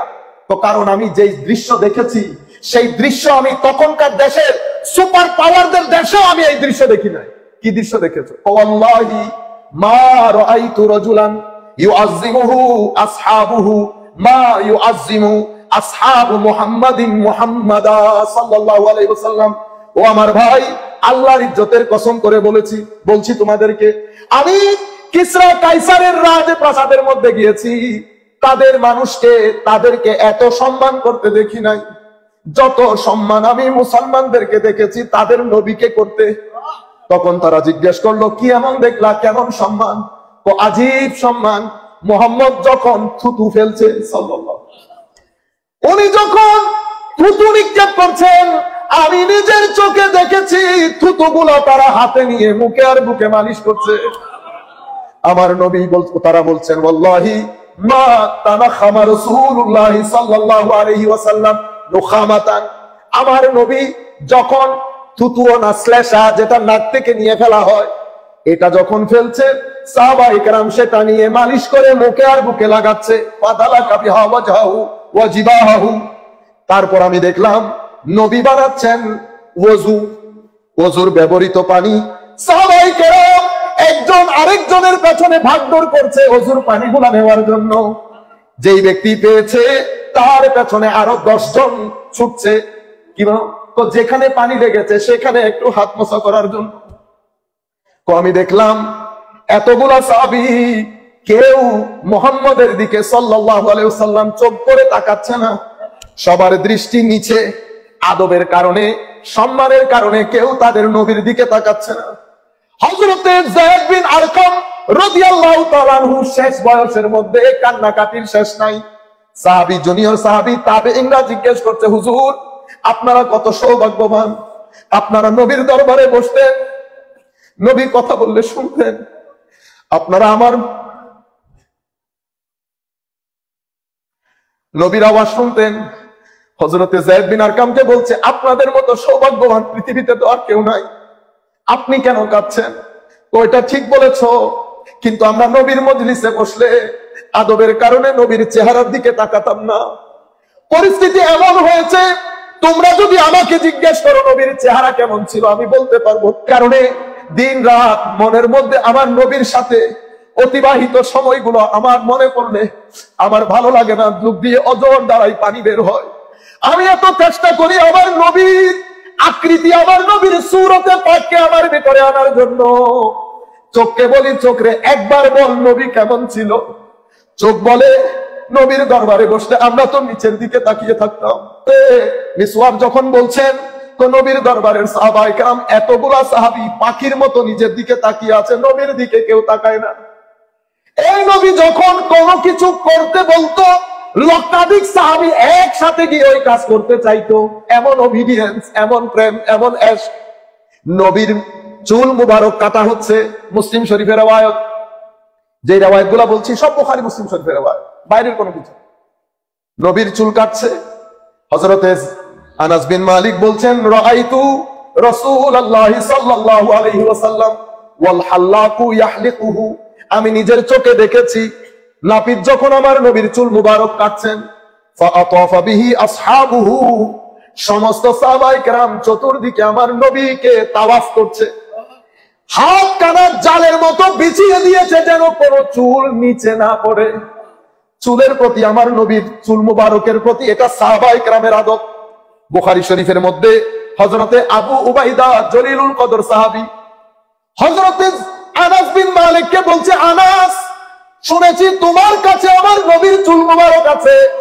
আনাস রে, আমার কাছে যদি আমার নবীর একটা চুল থাকতো, আমি দুনিয়ার সবচেয়ে উত্তম সম্পদ মনে করতাম আমার নবীর ওই চুল মুবারককে। আমার নবী মধ্যাহ্ন অর্থাৎ জোহরের পরে আমার নবী ঘুমোতে গেছেন উম্মু সালামার ঘরে। ততক্ষণ পরে আমার নবীর শরীর থেকে ছিনছিন করে ঘাম বের হচ্ছে। পাতার মধ্যে আমার নবী চাটাই টাইপের কোনো কিছুর মধ্যে শুয়েছে। তপ্ত গরম, গরমের মধ্যে আমার নবীর শরীর মুবারক থেকে ঘাম ঝরছে। কতক্ষণ পরে উম্মু সালামা ছোট্ট একটা বোতল শিশির নিয়ে ওই ঘামগুলো পুরানোর চেষ্টা করছে। আওয়াজ হওয়ার কারণে আমার নবী জিজ্ঞেস করছেন, উম্মু সালামা তুমি কি করছো? হযরত উম্মু সালামা জবাব দিলেন, হুজুর ঘাম মুবারক গুলো একটু সংরক্ষণ করার চেষ্টা করছি। কেন? এগুলো বিভিন্ন অনুষ্ঠানে আমাদের বাচ্চাদের আতর হিসেবে ব্যবহার করার জন্য। আল্লাহু আকবার, ইয়া রাসূলুল্লাহ সাল্লাল্লাহু আলাইহি ওয়াসাল্লাম। আমার নবী কোনো কিছু বলেন নাই। আতর, ঘাম মুবারক, চুল মুবারক, নখ মুবারক যখন আমার নবী কাটতেন, সাহাবায়ে কেরামের মধ্যে আমার নবী নখ মুবারক বন্টন করে দিতেন। নখ মুবারক বন্টন করে দিতেন। এখন আমি এই সাহাবায়ে কেরামের, আমি তো সামান্য করে আপনাদেরকে বলছি, পুরা ঘটনা তো বলা সম্ভব না। এখন বলেন তো, এটা কি সাধারণ সম্মান ছিল? এটা তো সম্মান। সাহাবায়ে কেরাম চাইতো আমার নবীকে সিজদা করতে। আনসারী সাহাবীর উট কাজ করে না, উট। আমার নবী সাহাবায়ে কেরামকে নিয়ে গেছে। আমি সংক্ষিপ্ত করে বলছি, হাদিস এখানে আছে, হাদিসে আমার নবী যেতে যেতে ওই উটের কাছে যাচ্ছে। সাহাবায়ে কেরাম বলছেন, হুজুর যায়েন না, উট পাগল হয়ে গেছে, যারে দেখে কামড়ায়, যারে দেখে কামড় দেয়। আমার নবী বলছেন, আমি এটা নিয়ে ভয় করি না। আমার নবীকে যখন উট দেখেছে, সুবহানাল্লাহ, আমার নবী উটকে বেঁধে রাখার সময় একটা জায়গায় বেঁধে রেখেছে। উট বলে পাগল হয়ে গেছে। আজীব বিষয় হচ্ছে, উট কাজ করে না। তারা আমার নবীর দরবারে আসে। কারো ভাত নাই, নবীর দরবারে। খিদা লেগেছে, নবীর দরবারে। হাতের মধ্যে ব্যথা করছে, নবীর দরবারে। বাচ্চার পেটে অসুখ, নবীর দরবারে। প্রত্যেক কিছুর কারণে সবাই আমার নবীর দরবারে। আমার নবী উটের কাছে গেলেন, কখনো বলেন নাই উট কাজ করে না তো আমি কি করব, বলেন নাই। আমার নবী উটের কাছে গেছেন। এই উটের রেওয়ায়ত এবং আমার নবীকে সাহাবী সিজদা করার বিষয় অসংখ্য অসংখ্য রেওয়ায়তের মধ্যে এসেছে। আমার নবী সামনে গেলেন, উট আমার নবীকে দেখার পর উট নাচতে শুরু করেছে। একবার সামনে আসে, আরেকবার পিছনে যায়। কতক্ষণ পরে আমার নবী কাছে যাওয়ার পরে উট আমার নবীর কদমের মধ্যে সিজদায় লুটিয়ে পড়ে। উপস্থিত সাহাবায়ে কেরাম দেখে বলে, ইয়া রাসূলুল্লাহ, এটা একটা প্রাণী, এটার কোনো আকল নাই। হুজুর, উট যদি আপনাকে সিজদা করতে পারে, আমি মানুষ হয়ে কেন পারবো না? আমার নবী বলছে, আমার সাহাবায়ে কেরাম, যদি মানুষ মানুষকে সিজদা করা জায়েজ হতো, আমি স্ত্রীদেরকে বলতাম তাদের স্বামীদেরকে সিজদা করার জন্য। আপনারা আবার অন্য কিছু মনে করিয়েন না। এটা কেন? কারণ লিডারশিপ ঘরের মধ্যে অত্যন্ত জরুরি জিনিস। আমি আমার লিডারশিপ প্রতিষ্ঠা করতে পারছি না বিধায় আমাদের এখানে পরিবারগুলো ভেঙে যাচ্ছে। আগে সেটা হয় নাই, আগে লিডারশিপ প্রতিষ্ঠা করতে পেরেছে। আমার নবী বলছে, এটা যদি আমি জায়েজ করতাম, আমি স্ত্রীদেরকে বলতাম স্বামীদেরকে সিজদা করো, কিন্তু এটা আমার শরীয়তের মধ্যে জায়েজ নাই। আমি আপনাদেরকে সিজদা করা না করা এগুলা বলছি না। আমি বুঝাতে চাচ্ছি, তারা যদি বিশ্বাস করতো নবী তাদের মতো, তারা কখনোই কাজগুলা করতো না। তারা কোশ্চিন কালেও মনে করে নাই নবী তাদের মতো, কারণ তারা ওহী আসতে দেখেছে। তারা আমার নবী আঙ্গুলের ইশারায় চন্দ্র দুভাগ করতেও দেখেছে। তারা অস্তমিত সূর্যকে ফেরত আনতেও দেখেছে। এক ব্যক্তি এসে বলতেছেন, ইয়া মুহাম্মদ সাল্লাল্লাহু আলাইহি ওয়াসাল্লাম, আমি ইসলাম গ্রহণ করব, যদি গাছটাকে আপনি আপনার দরবারে আসতে বলেন। আমার নবী বলছে, আমি ব্যস্ত, তুমি গিয়ে বলো আমি তাকে ডাকছি। তাকে কথা বলার দে, গাছ ভেঙে কেটে হেঁটে আমার নবীর দরবারে আসে। এটা এমন নবী, আপাদ মস্তক আমার নবীকে আল্লাহ সাজিয়েছেন আল্লাহর মতো করে। আল্লাহ যেমন ভাবে চেয়েছেন তেমন ভাবে সাজিয়েছেন। নিজে নাম রেখেছেন আদর মহব্বত করে মুহাম্মদ। ও মোহাম্মদ কে কোন ব্যক্তি? যার ভিতরে বাহিরে আল্লাহ আল্লাহর সন্তুষ্টি অনুযায়ী উনাকে সাজিয়েছেন এবং এমন প্রশংসিত করেছেন। আপনি আমার নবীকে যেদিক থেকে দেখবেন, যেদিন দুনিয়াতে এসেছে মা মেনার ঘরে আমার নবী দুধ পান করে, আমার নবী হালিমা সাদিয়ার ঘরে আমার নবী বড় হয়ে বন্ধুদের সাথে খেলে, আমার নবী সমাজের মোহাম্মদ, আমার নবী বাজারের মোহাম্মদ, আমার নবী ঘরের মোহাম্মদ, আমার নবী ব্যবসার মোহাম্মদ। আমার নবী ব্যবসার সফরের মধ্যে গিয়েছে অনেক মানুষ নিয়ে, তখনও আমার নবী মানুষ, নবুয়ত প্রকাশ হয় নাই। কিন্তু আমার নবীর 63 বছরে একটা সেকেন্ড ছিল না যেই সেকেন্ডকে বেস করে মক্কার কুরাইশরা কিছু বলতে পারতো। কারণ আবু সুফিয়ানকে যখন নাজ্জাশী জিজ্ঞেস করেছে প্রথম হিজরতে, আবু সুফিয়ান আমি তোমাকে শুধু একটা প্রশ্ন করি, মুহাম্মদ কেমন সাল্লাল্লাহু আলাইহি ওয়াসাল্লাম, মুহাম্মদের চরিত্র কেমন?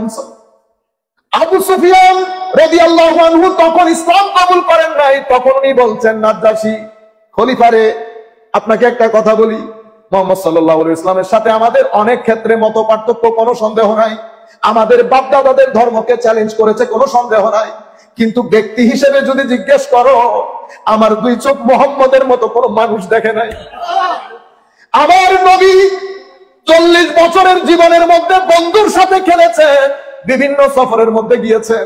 কোন ব্যক্তি কোন জায়গায় এই কথা বলতে পারে নাই, আপনি অমুক দিন অমুককে একটা গলা ধাক্কা দিয়েছেন, আপনি অমুক দিন অমুককে একটা গালি দিয়েছেন, আপনি 15 বছরের ছিলেন, আপনি একটা ছেলেকে থাপ্পড় দিয়েছেন, আপনি 16 বছরের ছিলেন, আপনি কোন মেয়ের দিকে তাকিয়েছেন।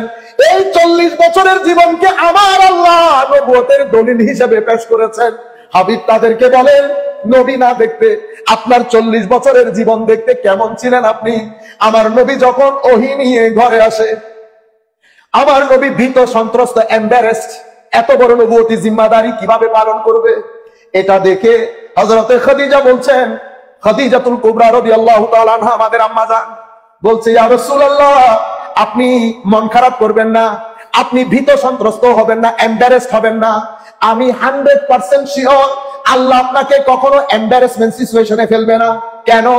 আমি আপনাকে চিনি, আপনার ভিতর চিনি, বাইরে চিনি, আমি আপনার চরিত্র জানি। আমি বিয়ের আগেও আপনাকে দেখেছি, বিয়ের পরেও আপনাকে দেখেছি, চিনার আর বাকি নাই।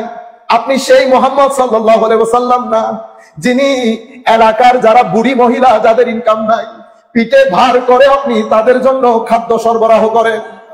গরিবের পেটে খাদ্য না থাকলে আমি আপনাকে বিচলিত অবস্থায় আপনার ঘরের মধ্যে দেখেছি, আপনি কি করতেন? ইয়া রাসূলুল্লাহ আমি কখনো দেখি নাই আপনি কারো উপর জুলুম করতে। এমন আসমানের নিচে জমিনের উপরে এমন ব্যক্তিকে আল্লাহ আর যাই হোক এম্বারেস করবে না। এটা স্ত্রীর পক্ষ থেকে আমার নবীর চরিত্রের উপর সার্টিফিকেট। আমি এতক্ষণ পর্যন্ত কথাগুলো বলছি শুধু আপনাদেরকে বোঝানোর জন্য সাহাবায়ে কেরাম আমার নবীর সাথে ডিল কিভাবে করতেন। জলিলুল কদর সাহাবী দেশ থেকে এসে আমার নবীর কদমে সিজদা দিন। এই উঠো উঠো উঠো মুআজ, হযরত মুআজ ইবনে জবল সোফার, আমি যদি ভুল না করি রিওয়ায়াতগুলো লেখা আছে এখানে।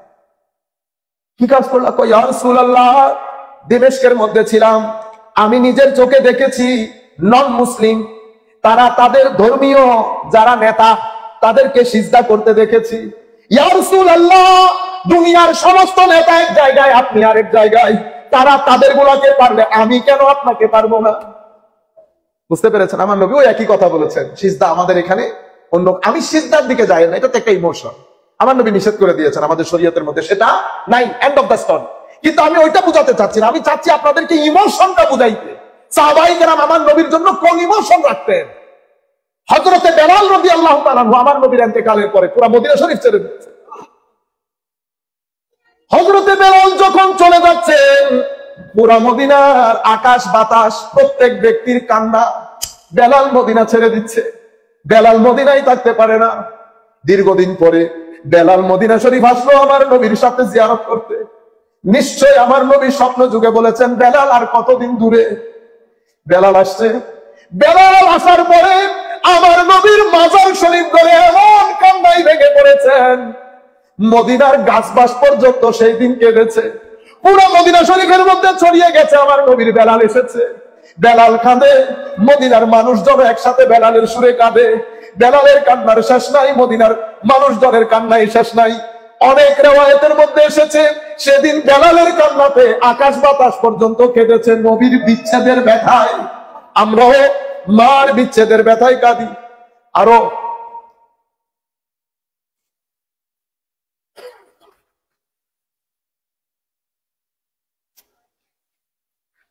দুনিয়ার সমস্ত সম্পর্ক এক জায়গায়, লাখ মা আরেক জায়গায়, আমার নবী আরেক জায়গায়। হযরতে সাদ বিন আবি ওয়াক্কাস রাদিয়াল্লাহু আনহু যখন ইসলাম কবুল করেছে, মা খাওয়া দাওয়া বন্ধ করে দিয়েছে। সাদ, এই ধর্ম গ্রহণ করিস না, তুই যদি ধর্ম না ছাড়িস আমি কথা দিচ্ছি, ওয়াদা দিচ্ছি, আমি কোনো দানা পানি খাবো না। একদিন যাই, 2 দিন যাই, সাদের মা পৃথিবী ছেড়ে চলে যাওয়ার অবস্থা। সাদ এসে বলতেছে, মা রে, আপনি তো একটা মা, এরকম যদি 100 মাও একবার আসে আরেকবার যায়, আমি নবী ছাড়তে পারবো না, আমি নবী ছাড়তে পারবো না। আমরা এই আজকের যারা যুব সমাজের অন্তরে জ্বালানো আমাদের দায়িত্ব। এই আজকের যারা যে ব্যক্তি যার সিনাই জ্বালাতে পেরেছে, আল্লাহর ইজ্জতের কসম করে বলছি, দুনিয়ার মধ্যে সম্মানিত হবেন, কবরের মধ্যে সম্মানিত হবেন, আখিরাতে আল্লাহ রাসূলের হাতে ছেড়ে দিয়েছি। মানুষ যদি আপনাদের পিছনে পিছনে না দৌড়ে, আপনাদের জানাজায় লাখ মানুষ দাঁড়িয়ে যদি আপনাদের ব্যাপারে সাক্ষী না দেয়, আমাকে এসে বলবেন। আজকে রাসূলের চেরাগ, এটা বড় আযীম নিয়ামত। যে ব্যক্তি আমার নবীকে মিস করতে পেরেছে, সেই ব্যক্তি রুলে জমিনের মধ্যে সবচেয়ে উত্তম মানুষে পরিণত হয়েছে। বেলাল সিম্পল একটা কৃতদাস ছিল, সেই বেলাল আসমানে উঠেছে আমার নবীর ইশক এবং আদবের বরকতে। মনে রাখবেন, আমল আপন জায়গায়, আমল ঠিক আছে, আমল দিয়ে ফ্লারিশ করে। এক ব্যক্তি ইশকের ব্যথা আছে, সারা জীবন নামাজ পড়ে নাই, আপনি তাকে জাহান্নামী বলতে পারবেন না। তার ঈমান আছে, কি আছে? আপনি তাকে জাহান্নামী বলতে পারবেন না। আমার আল্লাহ ইচ্ছে হলে ফাসেক ফাজের, ইচ্ছে হলে দিবে, ইচ্ছে হলে। আমার আল্লাহ কত রতি মহারথীকে ক্ষমা করে দিয়েছে। মুসা আলাইহিস সালামের জমানায় এক ব্যক্তি মৃত্যুর আগে উনি বলেছেন উনি ছেলেদেরকে, বুখারী শরীফ এর রিওয়ায়াত বা মুসলিম শরীফের রিওয়ায়াত, উনি ওনার ছেলেদেরকে বলছেন, আমি যদি মারা যাই আমাকে প্রথমে জ্বালাবে, জ্বালিয়ে ছাই করবে, ছাই সমুদ্রের মধ্যে নিক্ষেপ করবে।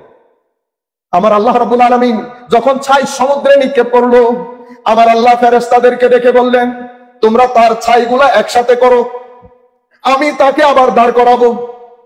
তাকে আবার দাঁড় করানো হলো, জিন্দেগি দেওয়া হলো। আমার আল্লাহ তাকে জিজ্ঞেস করলেন, বান্দারে এমন কাজ কেন করলি? ও আল্লাহ, জীবনে এত গুনাহ করেছি, এত গুনাহ করেছি, মওতের আগে হঠাৎ করে আপনার ভয় ভিতরে জাগরিত হয়েছে। আমার মাথায় এসেছে, আমি যদি দুনিয়া থেকে চলে যাই, জানি না আল্লাহ কোন আযাব দিয়ে আমার এই পাজরের হাড্ডি ওই পাজরে নিয়ে যাবে। আল্লাহ ভয় পেয়ে ছেলেদেরকে বলেছি, ছাই করে ফেলে দিস, আল্লাহ যেন খুঁজে না পায়। কিন্তু আমার আল্লাহর সুন্নত হচ্ছে, হযরতে লুকমান নিজের ছেলেকে যখন ওয়াজ করছেন, বলেছেন, বেটা মনে রাখো, তোমার জিন্দেগির একেবারে ক্ষুদ্রাতি ক্ষুদ্র অণু পরমাণু, সেটা যেখানেই পড়ে থাক, পাথরের নিচে থাক, জঙ্গলের মধ্যে থাক, যেখানেই থাক, আমার আল্লাহ কিয়ামতের ময়দানে তোমার জন্য ওই জিনিসটা উপস্থাপন করবে। এটা আমার আল্লাহর সুন্নত। আমার আল্লাহ যখন শুনলেন, বান্দার ভিতরে আমার আল্লাহর ভয় এসেছে। আমার আল্লাহ বলছেন, বান্দা তোরে মাফ করে দিলে আমার কি আসে যায়, যা তোরে মাফ করে দিয়েছি। আমার আল্লাহ তাকে মাফ করে দিয়েছেন। আরেক ব্যক্তিকে আমার নবী মেরাজের রাত্রিতে জান্নাতের মধ্যে ঘোরাফেরা করতে দেখছে। হাদিসের মধ্যে এভাবে এসেছে, লাকাদ রাআইতু রাজুলান ইয়াতাকাল্লাবু ফিল জান্নাতি ফি শাজারাতিন কাতাহা মিন যাহরিত তারিক আও কামা ক্বালা নবী সাল্লাল্লাহু আলাইহি ওয়াসাল্লাম। আমার নবী বলছেন, মেরাজের রাত্রিতে জান্নাতের মধ্যে আমি দেখছি সে বড় আরামের মধ্যে ঘুরছে। আমি জিবরিলকে জিজ্ঞেস করলাম, জিবরিল, কি এমন কাজ যেই কাজের কারণে এই আমার উম্মত এই অবস্থার মধ্যে জান্নাতে? হযরতে জিবরিল বললেন, হুজুর, পৃথিবীর মধ্যে মানুষ চলাচলের রাস্তায় তার একটা বৃক্ষ ছিল, ওই বৃক্ষ মানুষের কষ্ট হবে বিদায় কেটে ফেলেছে। আমার আল্লাহ শুধু এই কাজের জন্য ওই ব্যক্তিকে জান্নাত দিয়ে দিয়েছে। মনে রাখবেন, আমার আল্লাহ ক্ষমা করলেও আল্লাহর দরবারে কোনো বাধা নাই, কেউ বাধা দেওয়ার নাই। কিন্তু কিছু কাজ করবেন না, মানুষকে প্রতারিত করবেন না, মানুষের উপর জুলুম করবেন না, মানুষকে কখনো ছোট মনে করবেন না, মানুষের সাথে চালাকি করবেন না। আমরা চালাকি করি, মনে রাখেন, দিনমজুর হোক, সুইপার হোক, আর জুতাই সেলাইকারী হোক, আর রিক্সা ড্রাইভার হোক, সবাই কিন্তু আমার আল্লাহর সৃষ্টি। আল্লাহ আপনাকে যেমন মহব্বত করেন, আমার আল্লাহ ওই ব্যক্তিকেও মহব্বত করেন। আমি উপরে, আল্লাহ উপরে বসিয়েছেন বিদায় উপরে। কালকে যদি আমার মতো ব্যক্তিকে তুলে আল্লাহ ডাস্টবিনে নিক্ষেপ করেন, পৃথিবীর কেউ বাঁচানোর নাই। ইতোপূর্বে আল্লাহ হাজারো ব্যক্তিকে তুলেছে, হাজার ব্যক্তিকে আল্লাহ ডাস্টবিনে নিক্ষেপ করেছে। ইয়াজিদ 3 মহাদেশের শাসক হয়েছে, কোনো লাভ হয় নাই। পৃথিবীর কোন মানুষ জানে না ইয়াজিদের কবর কোথায়। ফেরাউন অনেক বড় শক্তিধর রাজা, পৃথিবী জানে না ফেরাউনের কবর কোথায়, কিন্তু ফেরাউন এক জায়গায় শুয়ে আছে। পৃথিবীর মানুষ বিভিন্ন জায়গা থেকে দিয়ে থুতু নিক্ষেপ করে ফেরাউনের মুখে, কারণ সেই বলেছে সেই নাকি বড় খোদা, আনা রব্বুকুমুল আলা, বড় খোদা। আমরা জুলুম করবেন না, অত্যাচার করবেন না মানুষের উপর। আপনি যখন কোন জায়গায় বসে কন্টিনিউয়াস মানুষের কথা বলছেন, আপনি মনে করছেন আপনি ছাড় পেয়ে যাবেন, কেউ ছাড় পাবেন না। আমার ভিতরে যদি প্রতারণা থাকে, আমি এখানে এটার শিকার না হওয়া পর্যন্ত, লাঞ্ছিত বঞ্চিত না হওয়া পর্যন্ত আমি এখান থেকে যেতে পারবো। আপনি পুরো এলাকার মধ্যে একটা মাহল তৈরি করেছেন, কেশর গ্যাং হোক, ড্রাগ ডিলিং হোক, একসাথে বসে মানুষের কন্টিনিউয়াস মানুষের কথা বলা করছেন, তো মানুষ আপনাকে ফিগার আউট করেছে। আপনি মারা যাবেন, জানাজার নামাজের মধ্যে মানুষ যখন শরীক হবে, আলটিমেটলি মানুষের মনে ঘুরে ফিরে আসবে এটা ওইটা, এটা ওইটা। তো মানুষ যে সাক্ষী দেবে সেটা আল্লাহর দরবারে গ্রহণযোগ্য হবে। কেন? আমার নবী হাদিসে পাকের মধ্যে বলেছেন, আল্লাহ মানুষের সাক্ষী গ্রহণ করে, মানুষের সাক্ষীর উপর আল্লাহ ওই ব্যক্তির জান্নাত জাহান্নাম নির্ধারণ করে।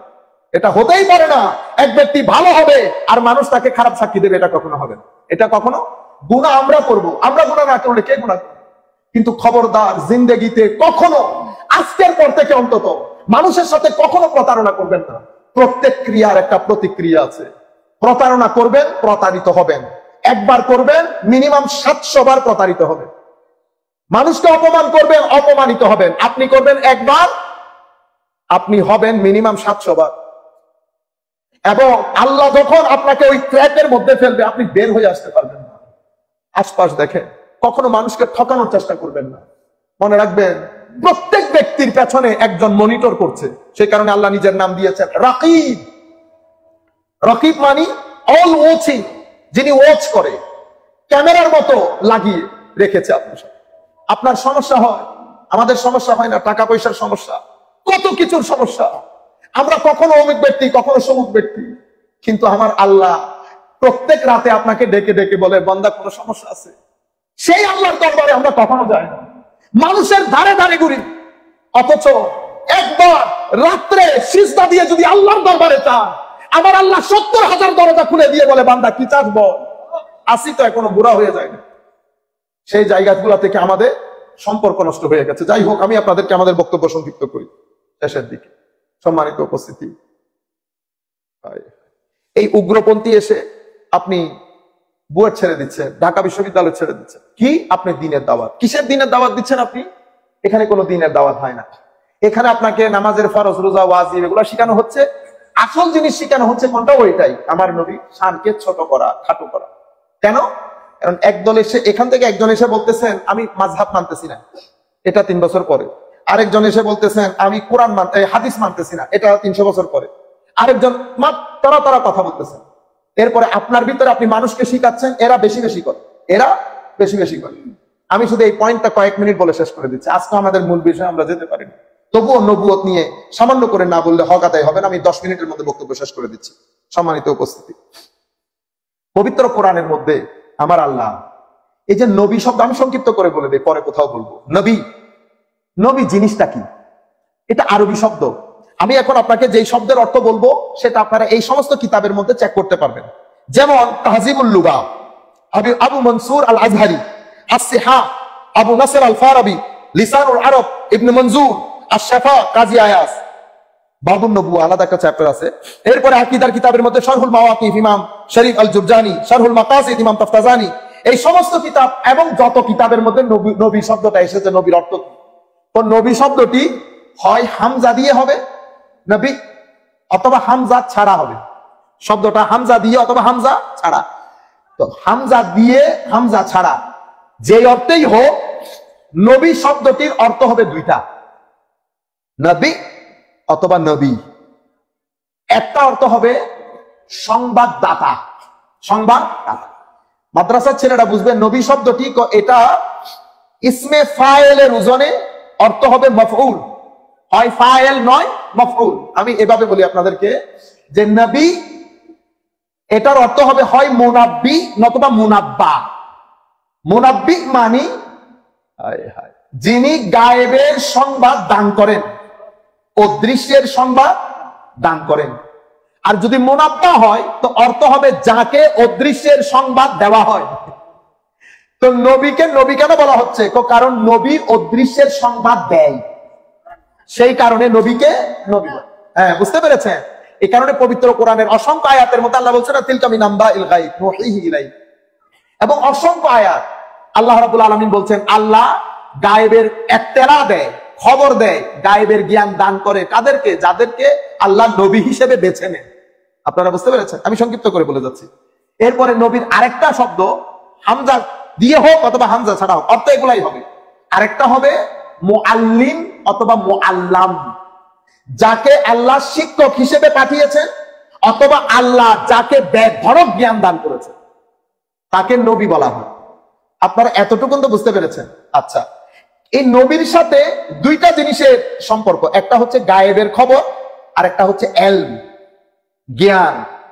নবীর এই দুইটা জিনিস, একটা জ্ঞান আর একটা নবীর ব্যক্তিত্ব বা আখলাক, এই দুইটা জিনিসকে আমার আল্লাহ সবচেয়ে বেশি সৌন্দর্যমণ্ডিত করেছেন এবং বিস্তৃত করেছেন। এটার কোনো তলা রাখেন নাই আল্লাহ। সেই কারণে আমার নবীকে আল্লাহ কি বলেছেন? ওয়া আল্লামাকা মা লাম তাকুন তা'লাম ওয়া কানা ফাদলুল্লাহি আলাইকা আযীমা। আমি আপনি যা জানতেন না সবকিছুর জ্ঞান আপনাকে দান করেছি, এবং ওয়া কানা ফাদলুল্লাহি আলাইকা আযীমা, আল্লাহর অনুগ্রহ আপনার উপর এটার কোনো সীমা পরিসীমা নাই। এটা আমার আল্লাহ নিজে বলছেন, ঠিক আছে? এবং সেই আলম নিয়ে আমার নবী কি বলেছেন? আসো, কি প্রশ্ন করবা, যা প্রশ্ন করবা তার উত্তর দিই। বুঝতে পেরেছেন? এটা একটা বিষয়। এলমের বিষয়ে আমরা না বলি আখলাক, আখলাকের ক্ষেত্রে আমার নবীকে বলা হচ্ছে আমার নবী আখলাকের দিক থেকে আযীম। আমার নবীর কোনো ইনকম্পেয়ারেবল, কোনো তুলনা নাই। নবীর আরেকটা অর্থ বলা হয়েছে আল ইরতিফা, তো উচ্চ মর্যাদায় অধিষ্ঠিত, অথবা দূর থেকে দেখে যাকে গাইড পাওয়া যায়, মানুষ বুঝতে পারে আমি ওই ডাইরেকশনে যাব, তাকে নবী বলে। বলে যে তাইলে এটার সাথে নবীর সম্পর্ক কি? তো এটার সাথে নবীর সম্পর্ক ইন্নাহু শররিফা আলা সাইরিল খালক, তো কারণ নবীকে সমস্ত সৃষ্টির মধ্যে সবচেয়ে উচ্চ মাকাম দান করা হয়েছে, বিদায় নবীকে নবী বলে, নবীকে নবী বলে। এবং আমার নবীর অবস্থা দেখেন, নবীর এই নবুয়ত, নবীর এই মর্তবা, নবীর এই মাকাম, আল্লাহ রাব্বুল আলামিনের যেমন কুল কায়নাত আল্লাহর প্রশংসা করেন, নামাজ পড়েন, অনুরূপ ভাবে সমস্ত সৃষ্টির মধ্যে আল্লাহ নবী মারফত, নবীর মহব্বত, এই দুইটা জিনিস কুল সৃষ্টিকে আল্লাহ দান করেছেন। আমি শুধু একটা হাদিস বলবো, দুইটা হাদিস বলবো বরং। আমার নবী সাল্লাল্লাহু আলাইহি ওয়াসাল্লাম, আপনারা জানেন পাহাড়, তাহলে পাহাড় একটা জড় পদার্থ না, এটা তো আর প্রাণযুক্ত না, প্রাণহীন। তো আমার নবী উহুদের উপর উঠেছে, উঠার পরে এক রাওয়ায়াতের মধ্যে এসেছে, এটাই বেশি গ্রহণযোগ্য এবং বেশি বহুল প্রচলিত। সেটা কি? আমার নবীর সাথে, আমার নবী ছিলেন, ফারুক আবু বকর সিদ্দিক ছিল, এবং ফারুক আজম আর উসমানে গনি ছিল। আরেক রাওয়ায়াতের মধ্যে এসেছে আমার নবীর সাথে ওনারা তো ছিলেন, আবু বকর সিদ্দিক, ফারুক, উসমান, ওর সাথে আলী ছিল, তলহা ছিল, তলহা বিন জুবাইর, হযরত সাদ বিন আবি ওয়াক্কাস, এই সমস্ত সাহাবা ইকরাম ছিল। ফাতাহাররাকা, আমার নবী পাহাড়ে ওঠার সাথে সাথে উহুদ নাচতে শুরু করল, উহুদ নাচতে শুরু। আমার নবী বললেন কি? ফাদারাবা বিহি বিরিজলিহি, ফাদারাবাহু বিরিজলিহি, আমার নবী কদম মুবারক দিয়ে পাহাড়কে এমনি করে একটা চাপ দিলেন, আঘাত করলেন। এবং আমার নবী বলেছেন কি? তো উসকুন শান্ত হয়ে যা, ওহুদ বাস হয়েছে তো, আর না। তাইলে আমার নবী কথা বলছে ওহুদের সাথে না। আপনি এখন মজেজাটা বাদ দিয়ে দেন, আমি শুধু জিনিসগুলো বোঝাচ্ছি। নবীর মারেফত, মজেজার মধ্যে গেলে তো সব খায় ফেলবেন। নবীর মারেফতকে আল্লাহ শুধু প্রাণের মধ্যে না, প্রাণহীনকেও দান করেছে। এই আন্দাজে দেখেন আমার নবী কি বলেছে, হয়েছে তো, শান্ত হয়ে যাও। তোমার উপর নবী উঠছে না, তোমার উপর সিদ্দিক আছে, 2 জন শহীদ আছে, বাকি সাহাবায়ে কেরাম গুলা ছিল। আমার নবী সাল্লাল্লাহু আলাইহি ওয়াসাল্লাম কিন্তু বহুল প্রচারিত রাওয়ায়াত হচ্ছে সিদ্দিক, ফারুক, উসমান। আমার নবী কি বললেন? আমার নবী বললেন তোমার উপর নবী, সিদ্দিক, 2 জন শহীদ আছে। কয়জন শহীদ? তো এখন হযরতে এই 2 জন যারা শহীদ হয়েছেন, হযরতে উসমান গনি শহীদ হয়েছেন 35 হিজরিতে, হযরতে উমর শহীদ হয়েছেন 23 হিজরিতে। এখন এটা হচ্ছে হিজরত পরবর্তী ঘটনা, অনেকদিন পরে ওনারা শহীদ হয়েছে। এটাকে বলে এলমে গায়েব, পরবর্তী ঘটনাগুলা পূর্বে জানিয়ে দেওয়া। সেই কারণে নবীকে নবী বলা হয়। আর নবীর যেহেতু মর্যাদা মকাম অনেক উপরে, তো নবীর মারেফত আল্লাহ উহুদ পাহাড়কেও দান করেছে। এটা একটা বিষয়। আরেকটা বিষয়, আমার নবী সাল্লাল্লাহু আলাইহি ওয়াসাল্লাম খেজুরের একটা বৃক্ষের সাথে আমার নবী হেলান দিয়ে জমা আদায় করতেন, খুতবা দিতেন। এটা একেবারে জীর্ণ শীর্ণ হয়ে গেছে, খেজুর গাছের একটা ঢাল বড়। আমার নবীর এক সাহাবিয়ার মেয়ে ছেলে কার্পেন্টার হয়েছে নতুন নতুন। ওই সাহাবিয়া এসে আমার নবীকে বললেন, হুজুর বাইরের দেশ থেকে বড় বড় ডেলিগেশন আসে, সবাই মসজিদে নববীতে আসে, হুজুর এটা দেখতে সুন্দর লাগে না, আপনি যদি অনুমতি দেন আমি আমার কার্পেন্টার ছেলেকে বলে আপনার জন্য একটা সুন্দর করে মেহরাব বানিয়ে দেব। আমার নবী যেহেতু সাহাবিয়া, আমার নবী সবার ইমোশনকে এন্টারটেইন করতেন। আমার নবী বলেছেন আচ্ছা বানিয়ে আনো। উনি বানিয়ে আনলেন নতুন। আমার নবী খেজুর গাছের এই ঢালটা শক্ত মোটা, এটাকে মসজিদে নববীর এক কোনায় ফেলে দিয়েছে। আমার নবী খুতবা শুরু করার সময় হঠাৎ করে ছোট বাচ্চার কান্নার আওয়াজ আসতে লাগলো, কান্নার আওয়াজ বাড়তে লাগলো। আমার নবী যখন নোটিস করছেন না, কান্নার আওয়াজ আরো বাড়তে লাগলো, আরো বাড়তে লাগলো। এক সময় পুরো মসজিদে নববীর মধ্যে ধ্বনিত প্রতিধ্বনিত হচ্ছে, কিছু একটা কান্নাকাটি করছে, সবাই বাচ্চার খোঁজে। আমার নবীর দৃষ্টি ওই ঢালের দিকে। আমার নবী মসজিদে নববী থেকে নেমে ওই ঢালটাকে নিজের কোলে তুললেন। হাদিসের রিওয়ায়াতের মধ্যে আছে, মা যেমন সন্তানকে থাবা দিয়ে দিয়ে আদর করে চুপ করান, ঠিক সেভাবে আমার নবী ওই খেজুর গাছের ঢালকে আদর করতে লাগলেন। এক সময় চুপ হয়ে গেল। এটা অন্যান্য সমস্ত রিওয়ায়াত বুখারী মুসলিম সহ। কিন্তু ইমাম আহমদ ইবনে হাম্বল ওনার মুসনাদের মধ্যে যেই হাদিস আমি আমার শাইখ হুজুর সৈয়দী শাইখুল ইসলাম থেকে শুনেছি, আমি নিজে পড়ি নাই এই হাদিস, ইমাম আহমদ ইবনে হাম্বল ওনার মুসনাদের মধ্যে বলছেন আমার নবী কিছুক্ষণ পরে নাম কি শব্দ বলেছে।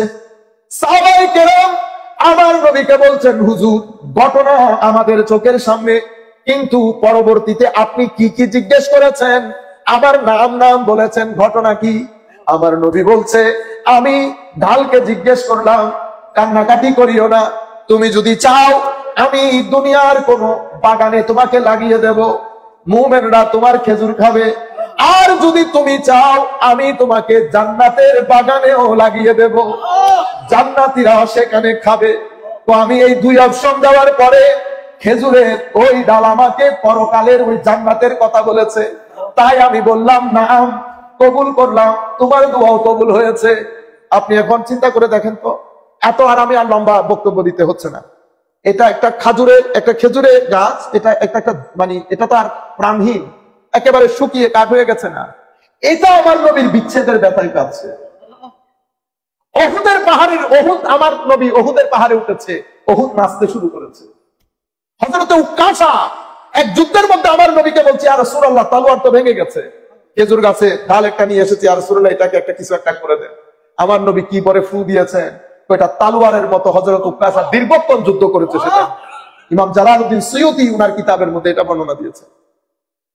আমি শুধু নবুয়ত এবং আমার নবীর শান ও মান বলার জন্য আমি 2-1টা জিনিস আপনাদেরকে বললাম, অনেক রাত হয়ে গেছে। আমি এই বক্তব্যটা আমরা ইনশাআল্লাহ পরবর্তীতে যদি কখনো সুযোগ হয় কোনো জায়গার মধ্যে দেব। আজকে আমি এতটুকুর মধ্যে সীমাবদ্ধ করি। আখেরি একটা কথা বলে আমরা আমাদের বক্তব্য শেষ করব। সম্মানিত উপস্থিতি, রুয়ে জমিনের মধ্যে আপনি যেদিকে তাকাবেন, নবমণ্ডল, ভূমণ্ডল, সবকিছু আল্লাহর আয়াত, আল্লাহর নিদর্শন, সবকিছু আল্লাহর অস্তিত্বের জানান দেয়। এগুলাকে বলে আয়াতুল্লাহ। নবমণ্ডল, ভূমণ্ডল, দিন রাত, পাহাড়, চন্দ্র, সূর্য, সব আয়াত। এগুলাকে বলে আয়াতে মনজুর, যেগুলো আপনি নিজের চোখে দেখতে পান। কোরআনের আয়াতকে বলে আয়াতে মানতুক, যেটা পড়তে হয়, এটাও আয়াত। কিন্তু রুয়ে জমিনের মধ্যে আল্লাহর অস্তিত্বের সবচেয়ে বড় প্রমাণ আল্লাহ বানিয়েছেন আমার নবীকে। সেই কারণে আমার নবীর ক্ষেত্রে বলা হয়েছে কি, আয়াত বলা হয় নাই। কদ জাআকুম বুরহানুম মির রাব্বিকুম, তোমাদের কাছে তোমাদের প্রতিপালকের পক্ষ থেকে বুরহান এসেছে। আমার নবীকে বলা হয়েছে কি, বুরহান। বুরহান কি? বুরহান মানে আউকাদুল আদিল্লাহ। আউকাদুল আদিল্লাহ, আমি দলিল দিচ্ছি, আসল দলিল রেখে দিচ্ছি। যেই দলিলের পরে আপনার মুখে আর কোনো ভাষা থাকবে না এটাকে রদ করা। তো আল্লাহর তাওহীদের জন্য, অস্তিত্বের জন্য, আল্লাহর পুরা নিজামের জন্য সবচেয়ে কঠিন দলিল আল্লাহ পাঠিয়েছেন আমাদের কাছে বুরহান হিসেবে আমাদের নবী। সেই নবীর নাম আল্লাহ নিজেই সেট করে মোহাম্মদ করেছেন, আর আখিরাতের ক্ষেত্রে মাহমুদ করেছেন। আমার নবী যখন এখানে আসেন নাই তখন আহমদ ছিলেন। আহমদ থেকে মোহাম্মদ, মোহাম্মদ থেকে মাহমুদ, হামদুন প্রশংসা থেকে বের হয় নাই। আপনি আয়াত খুঁজতেছেন, আমি যদি বলি কোরআনের মধ্যে ভুল আছে, আপনারা আমাকে খেয়ে ফেলবেন না? খেয়ে ফেলবেন না যদি বলি কোরআনের একটা আয়াতের মধ্যে ভুল বলি? খেয়ে ফেলবেন না? আপনি কোরআনের আয়াত ভুল বললে আপনার গায়ে আগুন ধরে। আপনি যখন আমার নবীর দুস্ত্রুটি খুঁজেন, আপনি যেই নবীর উপর কোরআন নাজিল হয়েছে সেই নবীর দুস্ত্রুটি ধরে আপনি এখনো সাইফুল হাদিস রয়ে গেছে। আপনারা বুঝতে পেরেছেন? মনে রাখেন, নবী সাল্লাল্লাহু আলাইহি ওয়াসাল্লামকে এই শান, এই মাকামে মার্তবা দিয়ে পাঠিয়েছেন। আমরা আমাদের যুবকদের মধ্যে ইশকে রাসূল বিতরণ করেন। ইশকে রাসূল কয়েকটা জিনিসকে ডিমান্ড করে। কাকে? আলে বাইত রাসূলের মহব্বতকে, সাহাবায়ে কেরামের মহব্বতকে, আউলিয়ায়ে কেরামের মহব্বতকে, মা বাবার মহব্বতকে, সমাজের সামাজিকভাবে যারা পাড়া প্রতিবেশী আছে তাদের মহব্বতকে। আপনি কোন একটা মহব্বত বাদ দেবেন, আমার নবী গ্রহণ করবেন আপনার মহব্বত। পুরা ধর্মের তালিমাত এই মহব্বত গুলার উপর প্রতিষ্ঠিত। নবী, আলে বাইত, সাহাবায়ে কেরাম, আউলিয়ায়ে কেরাম, মা বাবা, পাড়া প্রতিবেশীর মধ্যে সিনিয়র আত্মীয় স্বজন যারা আছে তারা, এদের মহব্বত। এখানে হেরফের হলে আমার নবী ওই মহব্বত গ্রহণ করছে না।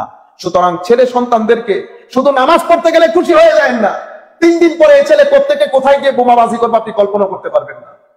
আমার নবী স্পষ্ট করে বলে গেছেন। এটা যদি আমার বিষয় হতো আমি সব হাদিস আপনাদেরকে পড়ে পড়ে শোনাইতে পারতাম। কোনো কিছু গোপন করেন নাই আমার নবী। আমার নবী বলেছেন, তাদের নামাজ দেখে তুমি অবাক হয়ে যাবে। তোমার নামাজ তাদের নামাজের তুলনায় কিছুই না, তোমার রোজা তাদের রোজার তুলনায় কিছুই না, তোমার তিলাওয়াতে কোরআন তাদের তিলাওয়াতে কোরআনের তুলনায় কিছুই না। এমন ভাবে তিলাওয়াত করবে, ঠোঁট ভিজা থাকবে, তারা মনে করবে কোরআন তাদের জন্য, তারা কোরআনের জন্য। আমার নবী আবার বলছেন, কোরআন তাদের বিপক্ষে যাবে।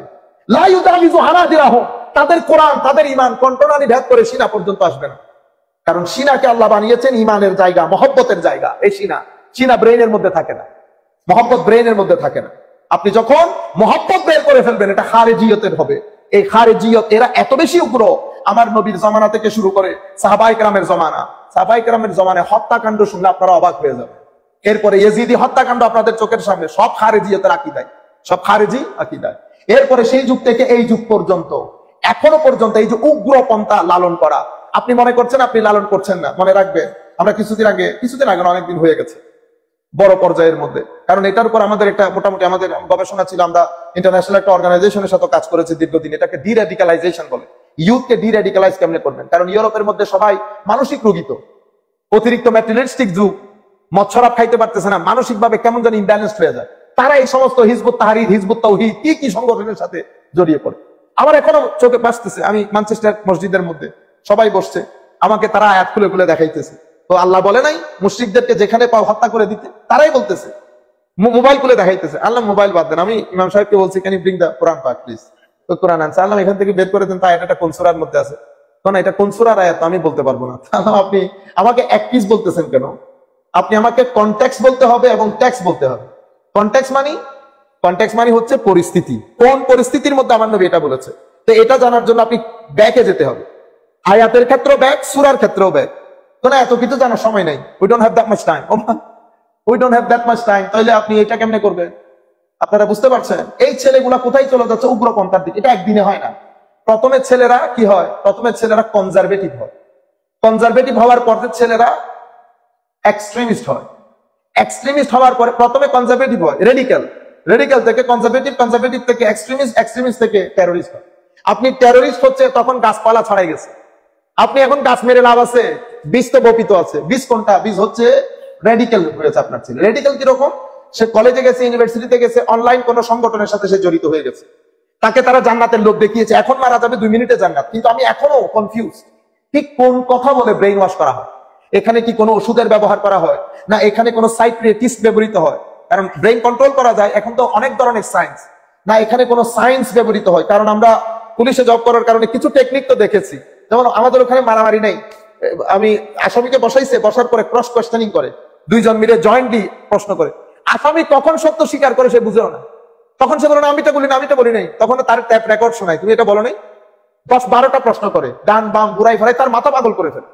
এটা সাইকোলজিক্যালি যারা বসে তারা তো অনেক এক্সপার্ট, আপনার ব্রেইনে ব্রেইনে হাঁটে তারা। আমার যেটা, আমি এখনো পর্যন্ত কনফিউজ, ব্রেইন ওয়াশটা হয় কেমনে? কিন্তু আমার নবী বলে গেছে যে আখেরি জমানায় কিছু মানুষ আসবে, বয়সে তরুণ, ব্রেইন ওয়াশ হবে, কিন্তু দিন থেকে এত দূরে সরে যাবে যেভাবে তীর ধনুক থেকে দূরে সরে যায়। আমার নবী বলেছেন ইয়াতাকান্নামুনা বিআলসিনাতিনা, আমাদের মতো করে কথা বলে। আমার নবী আরো বলেছেন মুসলিম শরীফের রওয়ায়াতে, কিছু বক্তা বের হবে, ওয়াইস, আমার নবী সাতাকুনু দুআ আলা আবওয়াবে জাহান্নাম, কিছু দায়ী বের হবে, দায়ী মানে আল্লাহর রাস্তায়, দ্বীনের রাস্তায় যারা আহ্বান করে, যারা ওয়াজ তাকরীর করে, তো তারা কোথায় দাঁড়ানো? জাহান্নামের দরজায়। যারা তাদের ডাকে সাড়া দেবে তারা জাহান্নামে নিক্ষিপ্ত হবে। আমার নবীর হাদিস। শেষ পর্যন্ত আমার নবী বলছে পুরো পৃথিবী থেকে ঈমান মদিনা শরীফ চলে যাবে, ঈমান মদিনা শরীফ চলে যাবে। মনে রাখবেন, দ্বীন, ঈমান, মদিনা, মহব্বত সব এক সূত্রে গাঁথা, সব এক সূত্রে গাঁথা। এখন ঈমান যাচ্ছে মদিনা শরীফে, আর আপনি আপনার ছেলেদেরকে বলছেন হজ করার পরে মদিনা শরীফ যেতে হয় না। কি বড় মুমিন হয়ে গেলেন। আরো কি বলে, এই আমার আফ্রিকান ছেলে আমাকে জিজ্ঞেস করতেছে, হোয়াই ইউ টকিং অ্যাবাউট, কথা তো বলে, আমি why you talking about, it's the part of হজ, এটা হজের অংশ না? দেখছেন কি বড় তালিম দিয়ে ফেলছে। তাহলে এটা হজের অংশ, আমি আমার জিন্দেগিতে শুনছি, আমি তোমারে বলছি কোনোদিন এটা হজের অংশ? I never said that this is part of হজ, আমি তো কখনো বলি না এটা হজের অংশ। তাইলে কি আল্লাহ মদিনা শরীফ যাওয়া এটা ঈমানের অংশ, হজের অংশ হবে কেন? This is part of your faith, part of your ঈমান। আপনারা বুঝতে পেরেছেন? এই আন্দাজে ছেলেদেরকে ব্রেইন ওয়াশ করে আপনি মদিনা থেকে দূরে রাখছেন, মাজার থেকে দূরে রাখছেন, এই মাহফিলগুলা থেকে যেখানে এশকের চেরাগ জ্বালানো হয়, খানেকা থেকে যেখানে এশ এবং আদবের চেরাগ জ্বালানো হয়েছে, সেখান থেকে আপনি দূরে রাখতেছেন। আলটিমেটলি ছেলেগুলো হয় ম্যাটেরিয়ালিস্টিক হচ্ছে, অথবা উগ্রপন্থায় যাচ্ছে। আল্লাহ রাব্বুল আলামিন আমাদেরকে বুঝার তৌফিক দান করুন। ঘরগুলাকে আল্লাহ সে আগের মতো যতদূর সম্ভব নামাজ দিয়ে, তিলাওয়াত দিয়ে, দরুদ দিয়ে, নাচ দিয়ে আল্লাহ সাজানোর তৌফিক দান করুক। আমরা কথা না বাড়াই, 1 বেজে গেছে, ওমা আলাইনা।